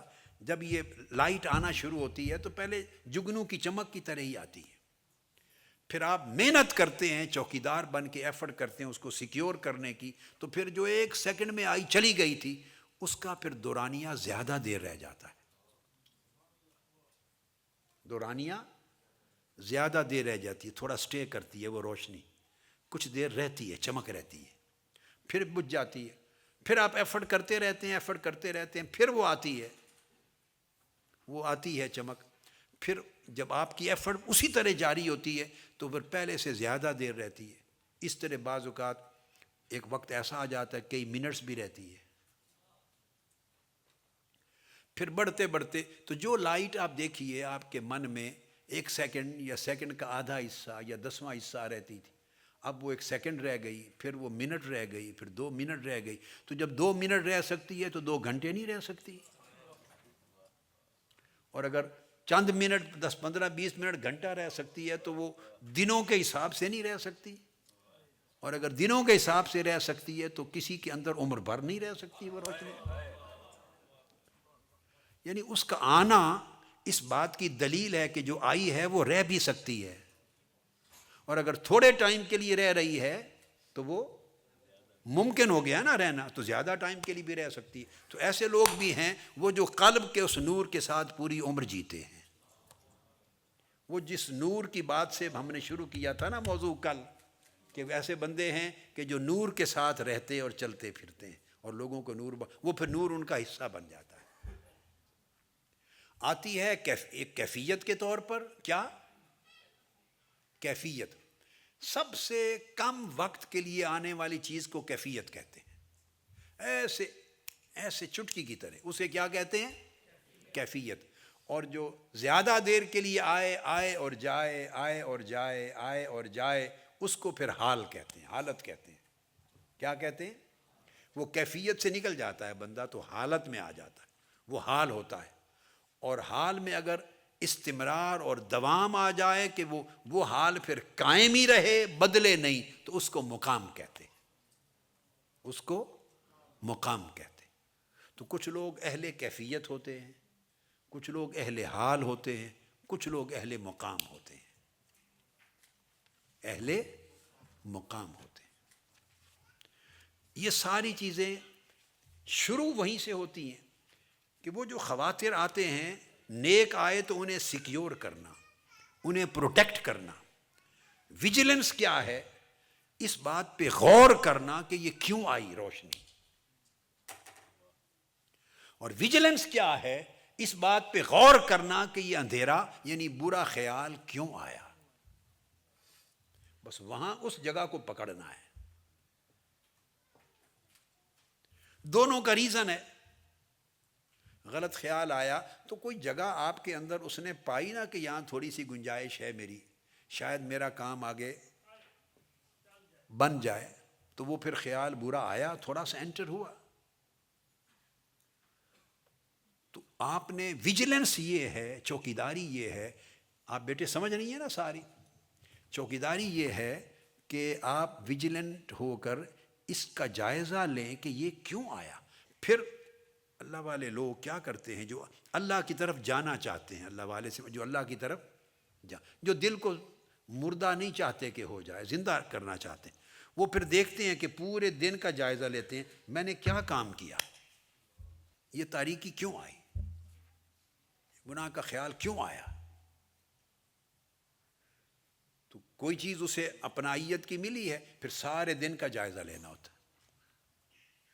صبح سے میں اٹھا تھا تو کیا کیا کیا، میں نے کسی سے گفتگو کی، بعض اوقات ایسا ہوتا ہے آپ نے کوئی گناہ کا کام کیا، بعض اوقات کوئی غفلت کی، بعض اوقات کوئی نماز چھوڑ دی، بعض اوقات کسی سے بے احتیاطی زیادتی کر دی، ظلم کر لیا، بعض اوقات ماں باپ سے، بڑے بزرگ سے کسی سے اونچا بول لیا، بعض اوقات زیادہ کھا لیا۔ میں آپ کو ساری قسمیں بتا رہا ہوں۔ زیادہ کھا لیا، پیٹ بھر لیا، اب ڈکار ہی نہیں آ رہا۔ کہ یہ بھی کہتے ہیں جی ڈکار نہیں آتا، ڈکار کہاں ہے؟ اس غریب کے لیے جگہ چھوڑی نہیں آپ نے۔ ڈکار کو بھی کوئی جگہ چاہیے نا، تھوڑی سی ہوا سے ہی آتا، اب اس ہوا کے لیے جگہ ہی نہیں چھوڑی۔ اللہ کا شکر ہے کہ ہمارے اس پورے ہاؤس میں دیکھو اللہ کی شان، کوئی ایک شخص بھی اس حال میں نہیں بیٹھا بھی جس کے پاس ڈکار کی جگہ نہ ہو۔ یعنی کتنا یہ مشن کا ایک فیض ہے۔ علالت کی وجہ سے جسم ایسا ہو جائے تو الگ ہے، مگر عمومی طور پہ لوگ دھیان کرتے ہیں۔ تو زیادہ کھا لیا، تب بھی وہ زیادہ کھانے سے دل کی موت واقع ہوتی ہے۔ موت واقع ایسے میں نے آپ کو بتایا تھا نہیں ہو جاتی سیدھا موت ہو گئی، نہیں، وہ موت واقع ہونے کا عمل اتنا سفر طے کر کے آتا ہے۔ یہ جو سارے بتائے آپ کو مرحلے، اس طرح ٹریول کرتا ہے۔ تو آپ نے دیکھنا ہوگا کہیں جھوٹ بولا ہے، دیکھنا ہوگا کہیں کوئی غیبت کی ہے، چغلی کی ہے، سوچنا ہوگا کہیں کوئی دھوکہ بازی کی ہے، سوچنا ہوگا کہیں کوئی خیانت کی ہے، بے ایمانی کی ہے، مالی خیانت کی ہے، سوچنا ہوگا شاید حرام کھایا ہے۔ میں نے آپ کو مختلف مثالیں دے دی ہیں۔ کہیں سوچنا ہوگا کہ کوئی کسی کی حق تلفی کی ہے۔ بہت سارے اسباب ہوتے ہیں۔ تو آپ ویجیلنٹ چوکیدار وہ ہوتا ہے کہ ہلکی سی ایسی آہٹ بھی آئے نا گلی میں تو کھڑا ہو کے دیکھتا ہے دائیں بائیں، اتنی تھوڑی سی آواز بھی، آہٹ پر بھی دیکھتا ہے، وہ اچھا چوکیدار ہے۔ تو چوکیداری کا مطلب یہ ہے کہ بندہ صبح سے رات تک اور پچھلے دن کو بھی دیکھ لے، پچھلے دن کو بھی دیکھ لے۔ اور پھر ایک ایک چیز کو دیکھے، اپنی عبادات کو دیکھے، معاملات کو دیکھے، آداب کو دیکھے، اٹھنا بیٹھنا دیکھے، حتیٰ کہ میں نے آپ کو کہا زیادہ بولنا، اگر بعض اوقات ایسا ہوتا ہے آپ بیکار باتوں میں زیادہ بول رہے ہیں تب بھی یہ چیز آ سکتی ہے، ٹھٹھا مذاق زیادہ کیا ہے تب بھی آ سکتی ہے، کسی کی تضحیق و تذلیل کی ہے تب بھی آ سکتی ہے، دل میں کسی کے لیے غیبت، چغلی، اناد، بغض اور کینہ آیا ہے تب بھی آ سکتی ہے، زبان پہ کچھ نہیں کہا، دل میں کوئی تکبر اور عجب آیا ہے تب بھی آ سکتی ہے۔ یہ سیاہی اور یہ خاطر، یہ صحیح برا گناہ کا جو ایک مچھر آیا ہے چھوٹا سا، تب بھی آ سکتا ہے۔ مقصد بات کا یہ ہے کہ آپ تصور نہیں کر سکتے، یہ میں نے آپ کو ساری مثالیں اس لیے دے دی تاکہ آپ کے ذہن نشین رہیں، اس کو زندگی پر بار بار سنیں گے آپ کو سبق یاد رہے گا، کہ پھر آپ جائزہ لیں پورا کہ کیا کیا ہوا ہے۔ آپ سوچیں گے کہ ٹھیک ہے مجھے فلاں شخص کے بارے میں خیال آیا کہ وہ اچھا نہیں ہے، برا ہے، میں نے اس کی غیبت کی ہے، چغلی کی ہے، اس کے بارے میں نے کہا، لیکن وہ تو ہے ہی ایسا۔ بس یہ جو سوچنا کہ وہ تو ہے ہی ایسا، یہی تو جڑ تھی۔ وہ ایسا ہے تو وہ جانے اور اس کا رب جانے۔ آپ نے جو اس کے بارے میں عجب کیا، اس کو حقیر جانا، اپنے آپ کو اچھا جانا، یا اس کے بارے میں برائی کا لفظ بولا، یہ گناہ ہو گیا۔ اس گناہ نے سپیس قائم کر دی کہ وہ چنگاری گناہ کی، شرارت کی، شیطانیت کی داخل ہو جائے۔ ادھر حال قلب کے حالات اور ہوتے ہیں۔ میں نے کہا زیادہ کھا لیا، اس سے بھی یہ عمل شروع ہو جائے گا برائی کا داخلہ۔ اس کے برعکس نیکی کا کام، اگر نیکی کی خاطر آئی تو اس کو بھی واچ کریں، کنیکٹ کریں کسی چیز کے ساتھ، کوئی سبب تو بنا ہوگا۔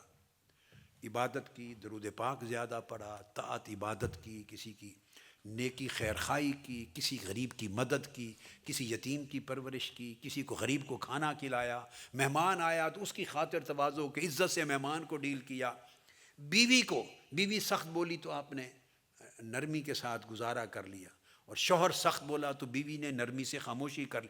یہ دوسرے کی سختی پر خاموشی کرنا، یہ بھی اس نیکی کی نور کے آنے کا سبب ہو سکتی ہے۔ والکاظمین الغیظ، غصہ پی جانا، یہ بھی عمل ہے۔ والعافین عن الناس، کسی زیادتی کرنے والے کو آج میں نے معاف کر دیا، یہ بھی سبب بن سکتا ہے اس نیک خاطر کے داخل ہونے کی، اس نور کی چنگاری چمک آنے کی۔ معاف کر دیا، کسی پر احسان کر دیا، کسی پر بھلائی کر دی، کسی کو تعلیم دے دی، کسی کو اچھی نصیحت کر دی، کسی غریب کی دلجوئی کر دی، حتیٰ کہ یہ عمل بھی کہ کوئی دکھی دل تھا اس کو مسکرا کے مل پڑے، اس کا حال احوال لے لیا، اس سے بھی وہ نور کی چمک آ سکتی۔ خاطر عبادت کر لی، کم کھایا، روزہ رکھ لیا، یا کم کھایا، کم پانی پیا، کم سوئے، جاگے، عبادت کی، ذکر کیا، تسبیح کی، اس طرح ساری اقسام میں نے بتا دی۔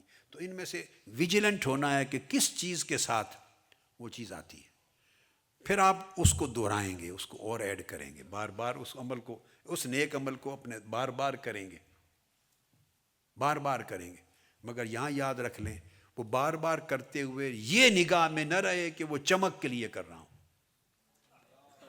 یہ بھی نکتہ ہے۔ یہ نہیں بس وہ خیال ہوا تو پھر نہیں آئے گا وہ چمک، اس لیے کہ چمک مقصود بن گیا اور اصل جو مولا تھا وہ ہٹ گیا نگاہ سے، پھر آپ اس روشنی کے لیے کر رہے ہیں، آپ اس روشنی کے لیے کر رہے ہیں۔ یہ بڑی باریک چیزیں ہیں، بندہ سمجھ لے تو بڑی آسان ہے، سمجھ لے تو۔ کرامت کے لیے نہیں کرتے نیک اعمال، کرامت ملے، مشاہدہ ملے، زیارت نصیب ہو۔ بہت سے لوگ خواہش کرتے ہیں، کہتے ہیں حضور میں ساری زندگی وہ اسی پہ لگے رہتے ہیں، روتے ہیں، کہتے ہیں زیارت نہیں ہوئی آقا علیہ الصلوۃ والسلام کی۔ کوئی کہتا ہے کہ آپ کی ہو جاتی تھی، فلاں کی ہوتی تھی، اب اتنا عرصہ ہو گیا نہیں ہوئی، روتے ہیں، زیارت نہیں ہوئی، یہ ملے، کرامت ملے، برکت ہو۔ یہ ان چیزوں کے پیچھے پڑنا منزل کھو جاتی ہے۔ یہ ساری چیزیں بائی پروڈکٹس ہیں، زیارتیں ہوتی رہیں گی، کرامتیں آتی رہیں گی، برکتیں ہوتی رہیں گی، ان چیزوں کی خاطر عمل کو سیدھا اس لائن پہ نہیں کرتے، عمل کو اس لائن پہ استوار کرتے ہیں صرف اللہ کی خاطر۔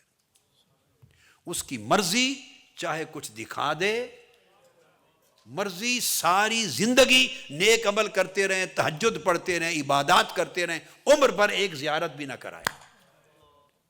جس نے عمر بھر ایک زیارت نہیں کی اس کا درجہ کم نہیں ہوا، اور جو ہر ہفتے زیارت کرے اس کا درجہ بلند نہیں ہوا۔ یہ یاد رکھ لیں۔ ہمارے کانسیپٹ الٹے ہو گئے ہوئے، ہمیں کانسیپٹ نہیں ہے، کانسیپٹس نہیں ہے۔ درجات استقامت کے ساتھ ہوتے ہیں، صدق اور اخلاص کے ساتھ، اس کی تابعداری کے ساتھ، اس کی وفاداری کے ساتھ، دل کو اس کا خلوت خانہ بنانے کے ساتھ، اس سے تعلق اور محبت اور الفت جوڑنے کے ساتھ، اس کے ساتھ جڑ جانا، اور نگاہ ایسی اس کی طرف کرنا کہ نہ دائیں جائے نہ بائیں جائے۔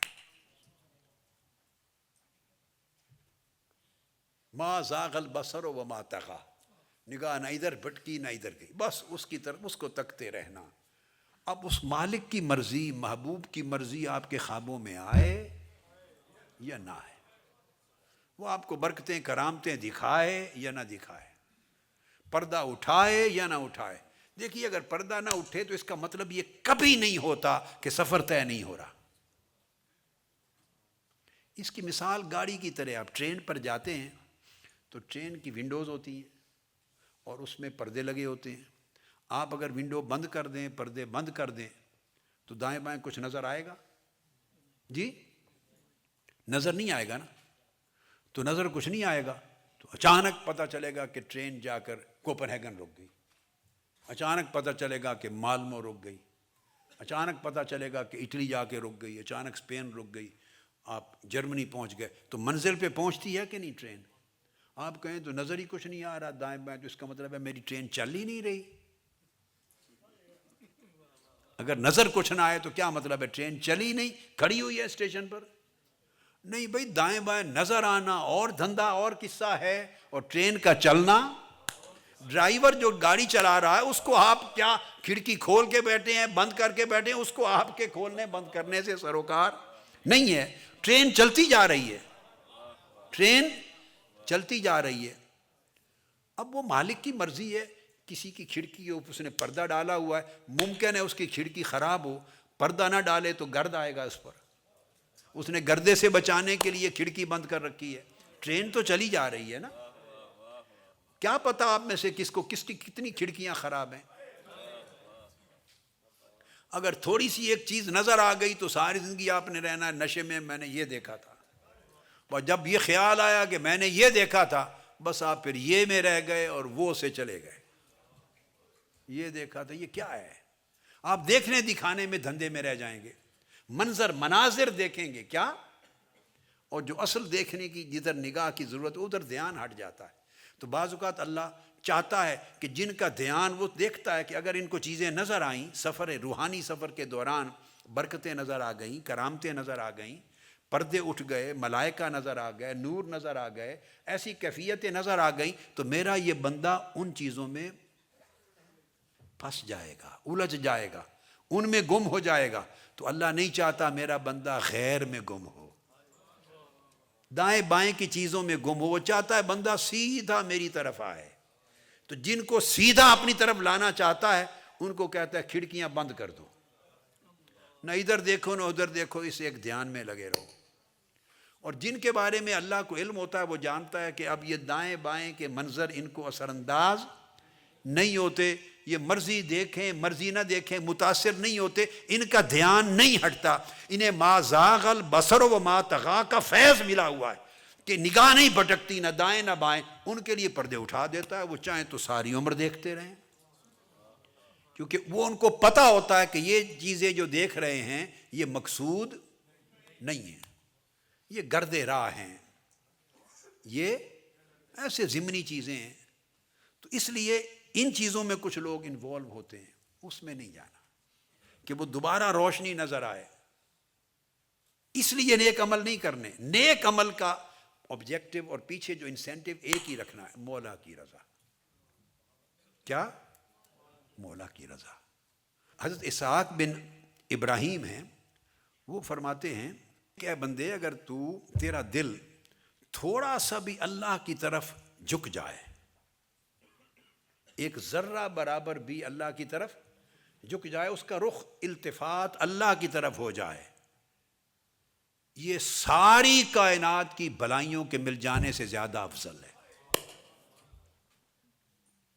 خیر اللہ کا من جمیع ما طالعت علیہ الشمس، ہر وہ چیز اس کائنات کی جس پر سورج طلوع ہوتا ہے، یعنی پوری دنیا و ما فیہا، اس سے زیادہ افضل ہے صرف ذرہ بھر تیرے دل کا رخ اللہ کی طرف ہو جانا۔ اپنا رخ اللہ کی طرف کر، اگر آپ دل کا رخ اللہ کی طرف کر لینا تو آپ کے 99% آپس کے فسادات ختم ہو جائیں۔ ہم تنظیموں میں 24 گھنٹے یہی رونا ہے اور یہی مرنا ہے،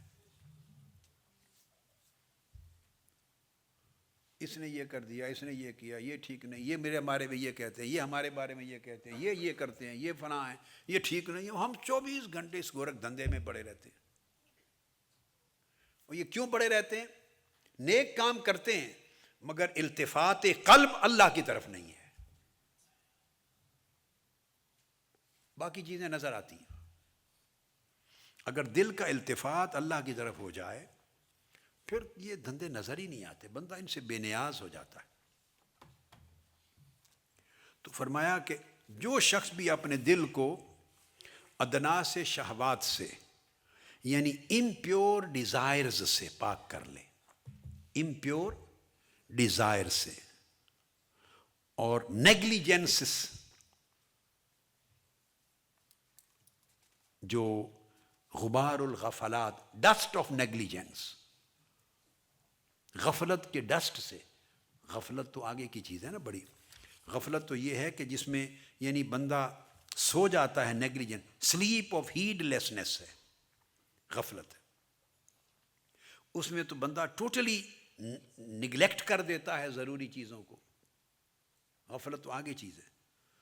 بلکہ اس کی جو ڈسٹ ہے اس سے بھی دل کو پاک کر لے، اور شہوت تو امپیور ڈیزائرز ہے نا، ان شہوتوں کی طرف لے جانے والی چیزوں سے بھی دل کو پاک کر لے، اور کدورات الغوایات اور ڈرٹ آف ڈس اوبیڈینس، جو نافرمانیوں کا ڈرٹ ہے، کدورت ہے، ریبیلی، اللہ کی نافرمانی، معصیت، ان سے بھی پاک کر لے، تو ایسے لوگوں پر اللہ پاک اپنی جو آخری آبجیکٹو ہے، ڈیسٹینیشن ہے آخری ڈیوائن، وہ ڈیسٹینیشن اللہ پاک کھول دیتا ہے، اس کے لیے آسان کر دیتا ہے۔ اس کے لیے پھر اولیاء نے کہا کہ کوئی شخص اگر اس دل کا حامل ہو جائے، اس کا قلب اس حال کا حامل ہو جائے، تو فرمایا وَيَمْشِي بِبَدَنِهِ عَلَى الْأَرْضِ وَقَلْبُهُ مُعَلَّقٌ بِاللَّهِ تَعَالَى، وہ زمین پر اپنے بدن کے ساتھ چلتا ہے اور دل اس کا عرش الہی پر ہوتا ہے، اللہ کے ساتھ جڑا ہوا ہوتا ہے، دل اس کا اللہ کے ساتھ جڑا ہوا ہوتا ہے۔ اس کے لیے معنی نہیں رہتا پھر وہ کس کے ساتھ بیٹھا ہے، کہاں بیٹھا ہے، مخلوق میں بیٹھا ہے، لوگوں میں بیٹھا ہے، کیا کر رہا ہے، یہ بدن کو مشغول رکھتا ہے دنیا میں، اور قلب مشغول رہتا ہے اللہ میں۔ تو بدن کے عوارض اور حالات اور چلتے رہتے ہیں دین حق کے اور احکام کے تابع، اور قلب کے حالات اور چلتے رہتے ہیں۔ کسی نے پوچھا حضرت ابو عبداللہ سے کہ قلب سلیم کیا ہے؟ انہوں نے کہا وہ قلب سلامت والا قلب ہے، قلب سلیم ہے جو علائق دنیا کی چاہتوں، محبتوں، الفتوں، علائق، رغبتوں، شہوتوں سے، دنیا طلبی سے جو کٹ جائے اور مولا کی محبت سے بھرپور ہو جائے، بھرپور ہو جائے، اور پھر اس پر شدت ہو، پریشانی ہو، تکلیف ہو، بلا آئے، پھر اس کی زبان میں بھی اور دل میں بھی شکوہ نہ آئے، وہ ہر حال میں اللہ پہ راضی رہے۔ اس قلب کو قلب سلیم کہتے ہیں۔ حضرت ابو سعید الخراز فرماتے ہیں کہ اے بندے تو دل کے معاملے کو سمجھ، معاملۃ القلب کو سمجھ، اور معاملہ قلب ایسا ہے کہ ہر لمحے دل کے معاملے کے لیے ریوائیول ضروری ہوتا ہے، ہر روز بندہ اس کا ریوائیول کرے، ایسا نہیں ایک بار حال اچھا ہو گیا، کیفیت اچھی مل گئی تو بس سمجھیں کہ اب وہ اچھا ہو گیا، ایسا نہیں ہوتا، وہ آج اگر اچھی کیفیت مل گئی ہے تو تھوڑی سی غفلت ہوگی تو کل چلی جائے گی۔ میں نے آپ کو بتایا کہ پہلے کیفیات ہوتی ہیں، اور سب سے زیادہ جو عارضی چیز ہے وہ کیفیت ہوتی ہے، آتی جاتی ہے، جو آتی جاتی رہے وہ کیفیت ہوتی ہے،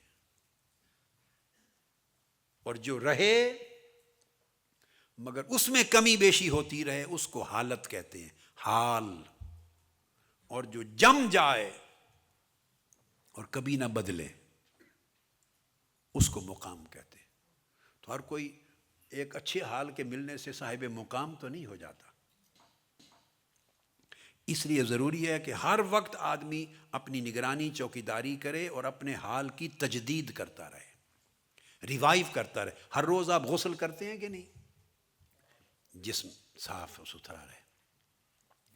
اس طرح کپڑے بھی تھوڑا سا دیکھتے ہیں میلے ہیں تو بدلتے ہیں، کئی لوگ ہر روز بدلتے ہیں، کئی کچھ دنوں کے بعد بدلتے ہیں، مگر دیکھتے ہیں کہ کپڑے میلے نہ ہوں۔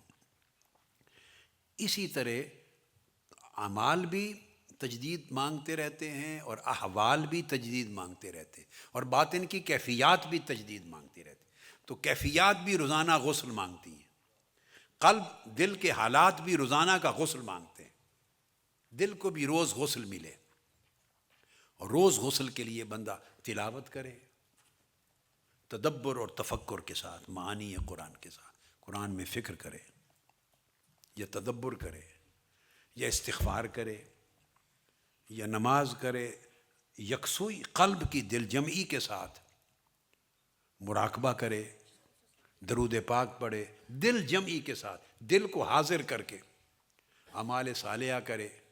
اور میں نے کہا کہ صبح سے شام تک اپنے اعمال، اپنے احوال اور معاملات کی نگہبانی کرے، نگرانی کرے، چوکیداری کرے، خیال کرے، تھوڑا سا فرق کہیں نظر آئے تو پھر اس کو ریوائیو کرے، غسل کرے، تجدید کرے، اس کی فکسنگ کرے، تاکہ جس جس سبب سے کیفیت آئی ہے نیک وہ بڑھے، اور جس سبب سے کوئی بری کیفیت یا کوئی چیز داخل ہوئی ہے اس کا ٹریٹمنٹ کر کے اس کو سٹاپ کرے۔ تو یہ چیزیں اگر ہوں تو اس سے پھر تجدید ہوتی ہے قلب کے احوال کی، اور یہ تب ہوتا ہے اگر اپنے تمام اوقات کا بندہ ملاحظہ کرے، اس کی نگرانی کرے، اور صدق حال کے ساتھ اس کی حفاظت کرے۔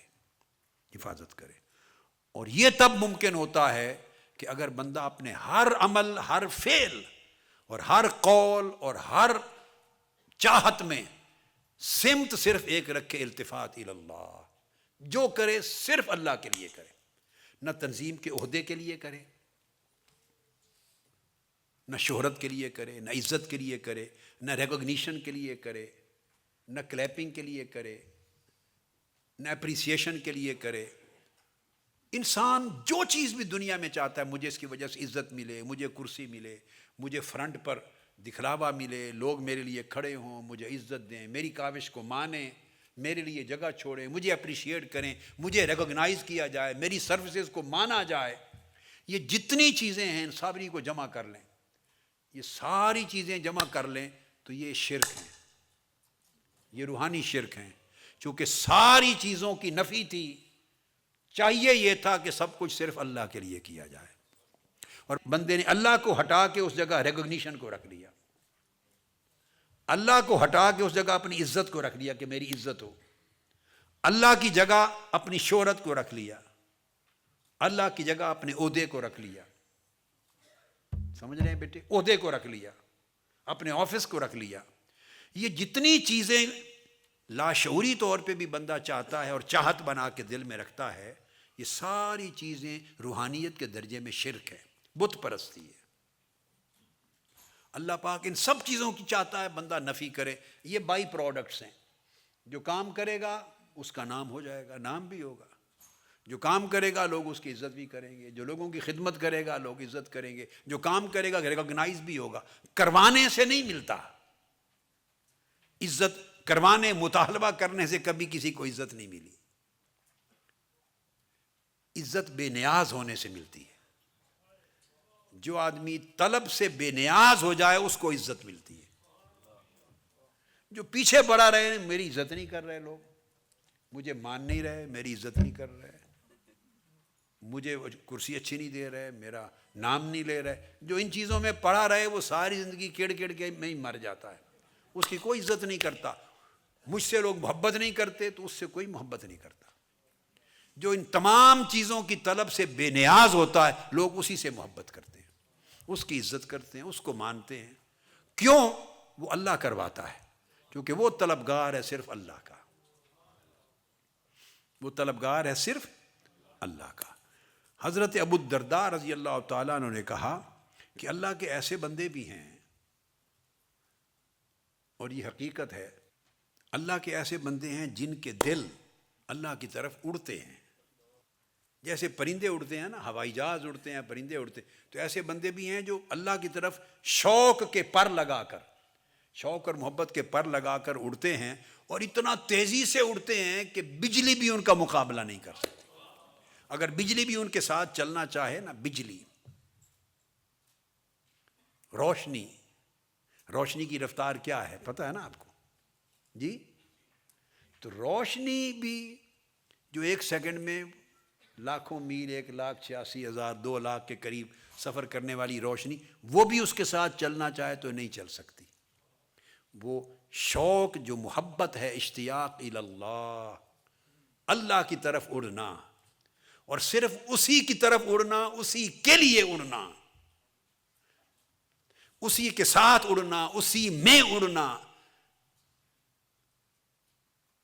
سیر اللہ، السیر باللہ، السیر مع اللہ، السیر فی اللہ، ہر چیز اللہ کے لیے کر کے چلنا، اور ساری دنیاوی اغراض، آبجیکٹو، مقاصد کو ایک طرف کر دینا۔ اگر دل ایسے ہو جائیں تو بجلی بھی ان کی پرواز کا مقابلہ نہیں کر سکتی۔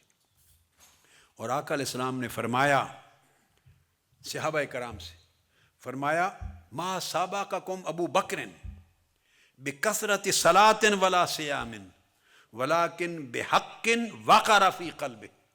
فرمایا لوگو، یہ جو تم دیکھتے ہو کہ ابو بکر اتنا درجہ پا گیا ہے کہ میرا غار یار ہو گیا ہے، یار غار ہو گیا ہے، اور یار مزار بھی ہوگا بعد میں، یہ جو ابو بکر کو اتنا درجہ دیکھتے ہو، فرمایا سن لو، وہ بہت زیادہ نمازیں پڑھنے کی وجہ سے اس درجے تک نہیں پہنچا، اور بہت روزے رکھنے کی وجہ سے اس درجے تک نہیں پہنچا، وہ ایک اس حال کی وجہ سے پہنچا ہے جو اس کے دل میں جمع ہوا ہے،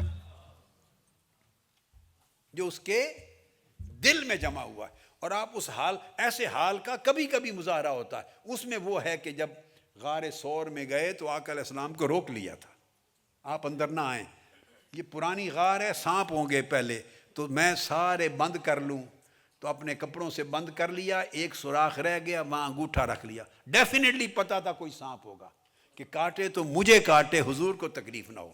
اب دیکھو، اپنی جان بھی بندے کی پیچھے رہ جاتی ہے، اور وہاں جس مقصود محبوب سے محبت کرتا ہے وہ جان سے بھی محبوب تر ہو جاتا ہے۔ تو کہتے ہیں ایک شے ہے اس کے دل میں، جو اس کے دل میں جمی ہوئی ہے، وہ اس نے اس کو اتنے درجے تک پہنچا دیا، بہت زیادہ نفل نمازیں عبادات سے نہیں پہنچا۔ اس لیے فرمایا گیا کہ اللہ پاک جو قلیل شے کو رد کرتا ہے، مثلا کسی قلیل شے کو بھی اس وجہ سے رد نہیں کرتا کہ یہ قلیل ہے، تھوڑی سی ہے، اللہ رد نہیں کرتا۔ اور کوئی چیز بڑی کثیر ہو، بہت زیادہ ہو، اس وجہ سے قبول نہیں فرماتا کہ اس نے بڑا کچھ دیا ہے یا بڑا کچھ بھیجا ہے میرے پاس۔ تھوڑا عمل کرے تو اس وجہ سے نہیں رد کرتا کہ تھوڑا کیا ہے، زیادہ اعمال کرے تو اس وجہ سے قبول نہیں کرتا کہ زیادہ کیے ہیں۔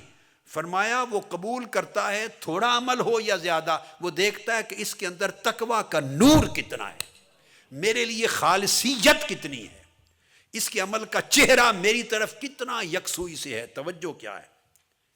لن ینال اللہ لحومها ولا دماؤها ولکن ینالہ التقوی منکم۔ قربانی بھی کرتے ہو تو فرمایا نہ اس کا گوشت پہنچتا ہے مجھے، نہ اس کا خون، تمہارا گوشت تمہارے پیٹوں میں چلا جاتا ہے، کھا جاتے ہو، خون زمین پر بہہ جاتا ہے، مجھے تو دراصل اس کا تقویٰ پہنچتا ہے۔ یہ دل کا ایک حال ہے۔ اور یہ بھی فرمایا کہ مقام صدق یہ نہیں ہے، مقام صدق کہ بندہ مقام کو تکتا رہے اور مقام سے جڑا رہے اور مقام کی طلب کرے، یہ مقام صدق نہیں۔ جو بندہ مقام کو دیکھتا ہے، اپنے درجے کو، اپنی منزلت کو، اپنے سٹیٹس کو یا اپنی سٹیٹ کو، مقام کو دیکھتا ہے، سٹیشن کو، فرمایا یہ مقام صدق نہیں. مقام صدق یہ ہے کہ جو بندہ رب المقام کو دیکھے کہ مقامات پر بٹھانے والا کون ہے، رب. مقام کی کوئی فکر نہ کرے ملا یا نہیں ملا، حال ملا یا نہیں ملا، مقام ملا یا نہیں ملا، نہ ان چیزوں کو نہ دیکھے، صرف یہ دیکھے کہ ان مقامات کے رب سے میرا تعلق ہے، رب خوش ہوا کہ نہیں. حتیٰ کہ جب اللہ کو دیکھے تو اللہ کے سوا کوئی اور شے اسے نظر نہ آئے نیت میں. حضرت ثابت النساج بہت بڑے اکابر اولیاء میں سے ہیں، وہ فرماتے ہیں کہ میں نے سال ہا سال کئی سالوں تک قرآن مجید ختم کیے، تلاوت کرتا تھا، ختم کرتا تھا، اور قرآن کی تلاوت کرتا تھا اللہ کا خوف دل میں رکھ کر، خوف کی وجہ سے. مجھے کچھ نہیں ملا. کچھ نہیں ملا سے مراد دل کو حضوری نہیں ملی، دل کو حضوری نہیں ملی. پھر میں نے اللہ کی رحمت کی امید کا تصور باندھ لیا، رجا اور رحمت کی امید رکھ کر میں نے سال ہا سال قرآن کے ختم کیے. فرمایا تب بھی دل کو حضوری نہیں ملی، حضوری نہیں ملی. پھر میں نے خوف اور رجا دونوں چھوڑ کر صرف اپنے دل کو تنہا اللہ کے ساتھ جوڑ لیا، تنہا اللہ کے ساتھ جوڑ لیا دل کو، تجرید قلب. فرمایا جو ہی ہر شے سے کٹ کر میرا دل اللہ سے جڑا، ایک سورت پڑھنے سے ہی حضوری مل گئی. وہ سینکڑوں قرآن ختم کرنے سے نہیں ملی تھی، وہ چند آیتوں سے حضوری مل گئی. کیونکہ جب آیتیں پڑھی تو میرا دل آیتوں والے کے ساتھ جڑا ہوا تھا، اس نے حضوری دے دی. فرمایا تب سمجھ آئی کہ اب ولایت کبریٰ مجھے مل گئی، وہ کیا ہے، اور مقامات عظمیٰ کیا ہے. آخری چیز ختم کرتے ہوئے ایک چھوٹی سی چیز آپ کو بتاتا ہوں. ایک بڑے کامل عارف ولی اللہ تھے، بیٹھے مسجد میں اجتماع تھا، ہجوم تھا. فرماتے ہیں کہ کوئی شخص آیا اور وہ کبھی ادھر جائے، کبھی ادھر جائے، کبھی ادھر جائے، جگہ کو تلاش کر رہا تھا، گھومتا تھا. تو اس عارف باللہ نے اس سے پوچھا یا ھذا ما تطلب، اے اللہ کے بندے تو کبھی ادھر جاتا ہے، کبھی ادھر جاتا ہے، کیا دیکھ رہا ہے، کیا طلب کرتا ہے، تو یہ کس چیز کی تلاش ہے؟ اس نے کہا میں کوئی خالی جگہ تلاش کر رہا ہوں جہاں میں نماز پڑھوں تاکہ مجھے ڈسٹربنس کوئی نہ ہو. خالی جگہ تلاش کر رہا ہوں جہاں میں نماز پڑھوں اور یکسوئی سے نماز پڑھوں. آپ نے فرمایا خل قلبک اما دون اللہ وصلی فی ای موضع شئت. کیا خالی جگہ تلاش کرتا ہے؟ اپنے دل کو ہی خالی کر لے، اپنے دل کو اللہ کے سوا ہر شے سے خالی کر لے، پھر جہاں چاہے نماز پڑھ، موج کرے گا. تو خالی جگہ تلاش کرتا ہے اور دل بھرا ہوا ہے اندر سے، اس سے کیا یکسوئی ملنی ہے؟ تو دل کو خالی کر کہ دائیں کون ہے، بائیں کون ہے، ادھر یہ بیٹھا ہے، ادھر یہ بیٹھا ہے. ان چیزوں سے دل کو خالی کر. جب دل خالی ہو گیا تو جہاں چاہے نماز پڑھ، مولا تیرے دل میں. اسی طرح حضرت ابراہیم بن ادم کے پاس کوئی شخص آیا تھا اور اس نے آ کے عرض کیا کہ مجھے اسم اعظم بتا دے، اسم اعظم. اور میں نے سنا ہے کہ اسم اعظم جس کے پاس ہو تو بندہ مشرق سے مغرب تک اس کے تصرفات ہوتے ہیں. تو اسم اعظم کیا ہے؟ تو آپ نے فرمایا بھائی اپنے دل کو اللہ کے لیے خالی کر لے، اپنے دل کو اللہ کے لیے خالی کر لے، پھر ہر اسم اعظم ہوگا. جو چاہے پڑھ وہ اسم اعظم بن جائے گا. تو جب دل اللہ کے لیے خالی ہو جاتا ہے اور اس کے ساتھ جڑ جاتا ہے، وہ دل زندہ ہو جاتا ہے، اور پھر اس سے باقی ساری خواہشیں مردہ لگتی ہیں. یہ جو جس کے لیے لڑتے مرتے تھے نا، یہ نہیں ہوا، یہ نہیں ہوا، یہ نہیں ملا، یہ میرا یہ ہو گیا، میرا فلاں یہ ہو گیا، یہ جو 24 گھنٹے یہ مسائل ہوتے ہیں زندگی کے، یہ سب یہ مردوں کے ہم نوچتے ہیں گوشت، مردوں کے گوشت کھاتے ہیں، حرام کھاتے ہیں، مردوں کی میتوں کے گوشت نوچ کے کھا رہے ہیں. اور اگر دل اللہ کے ساتھ جڑ جائے اور دل کی خلوت میں اللہ جلوہ گر ہو جائے اور بندہ اپنے دل کے ساتھ اللہ کے ساتھ رہنے لگے، بندے کا دل اللہ کے ساتھ اللہ کے حضور میں رہنے لگے، پھر وہ ان ساری خواہشوں کو دیکھے گا جو پہلے جن کے لیے جیتا مرتا تھا، اس کو نظر آئیں گی وہ یہ تو قبرستان تھا سارا، یہ تو سارے مردے تھے، تو میں مردوں کے پیچھے پڑا رہا، اب الحی الذی لا یموت کے ساتھ جڑا ہوں، اس زندہ کے ساتھ جڑو تو ہر چیزوں سے نجات مل جائے گی۔ یہ سبق ہے ان 2 دنوں کا، یعنی دل اور دل کی زندگی، حیات قلب، اور کیسے پانی ہے، اور موت سے قلب سے کیسے بچنا ہے۔ اللہ پاک آپ سب کو سلامت رکھے، برکتیں دے، اور حضور علیہ السلام کے طفیل اس مشن کو عظمت، عروج اور کامیابی دے، اور اس مشن کے فرزند اور بیٹے بیٹیاں، خدمت کرنے والوں کے دلوں کو اللہ زندہ فرمائے اپنے جلوہ اور اپنے نور سے۔ اور جو کچھ میں نے کہا ہے 2 دن، اب انشاءاللہ کل آخری روانگی سے پہلے ایک نشست ہوگی، جو کچھ 2 دنوں میں کہا اللہ پاک اسے آپ کی زندگی کا حال بنا دے۔ وما علینا الا البلاغ۔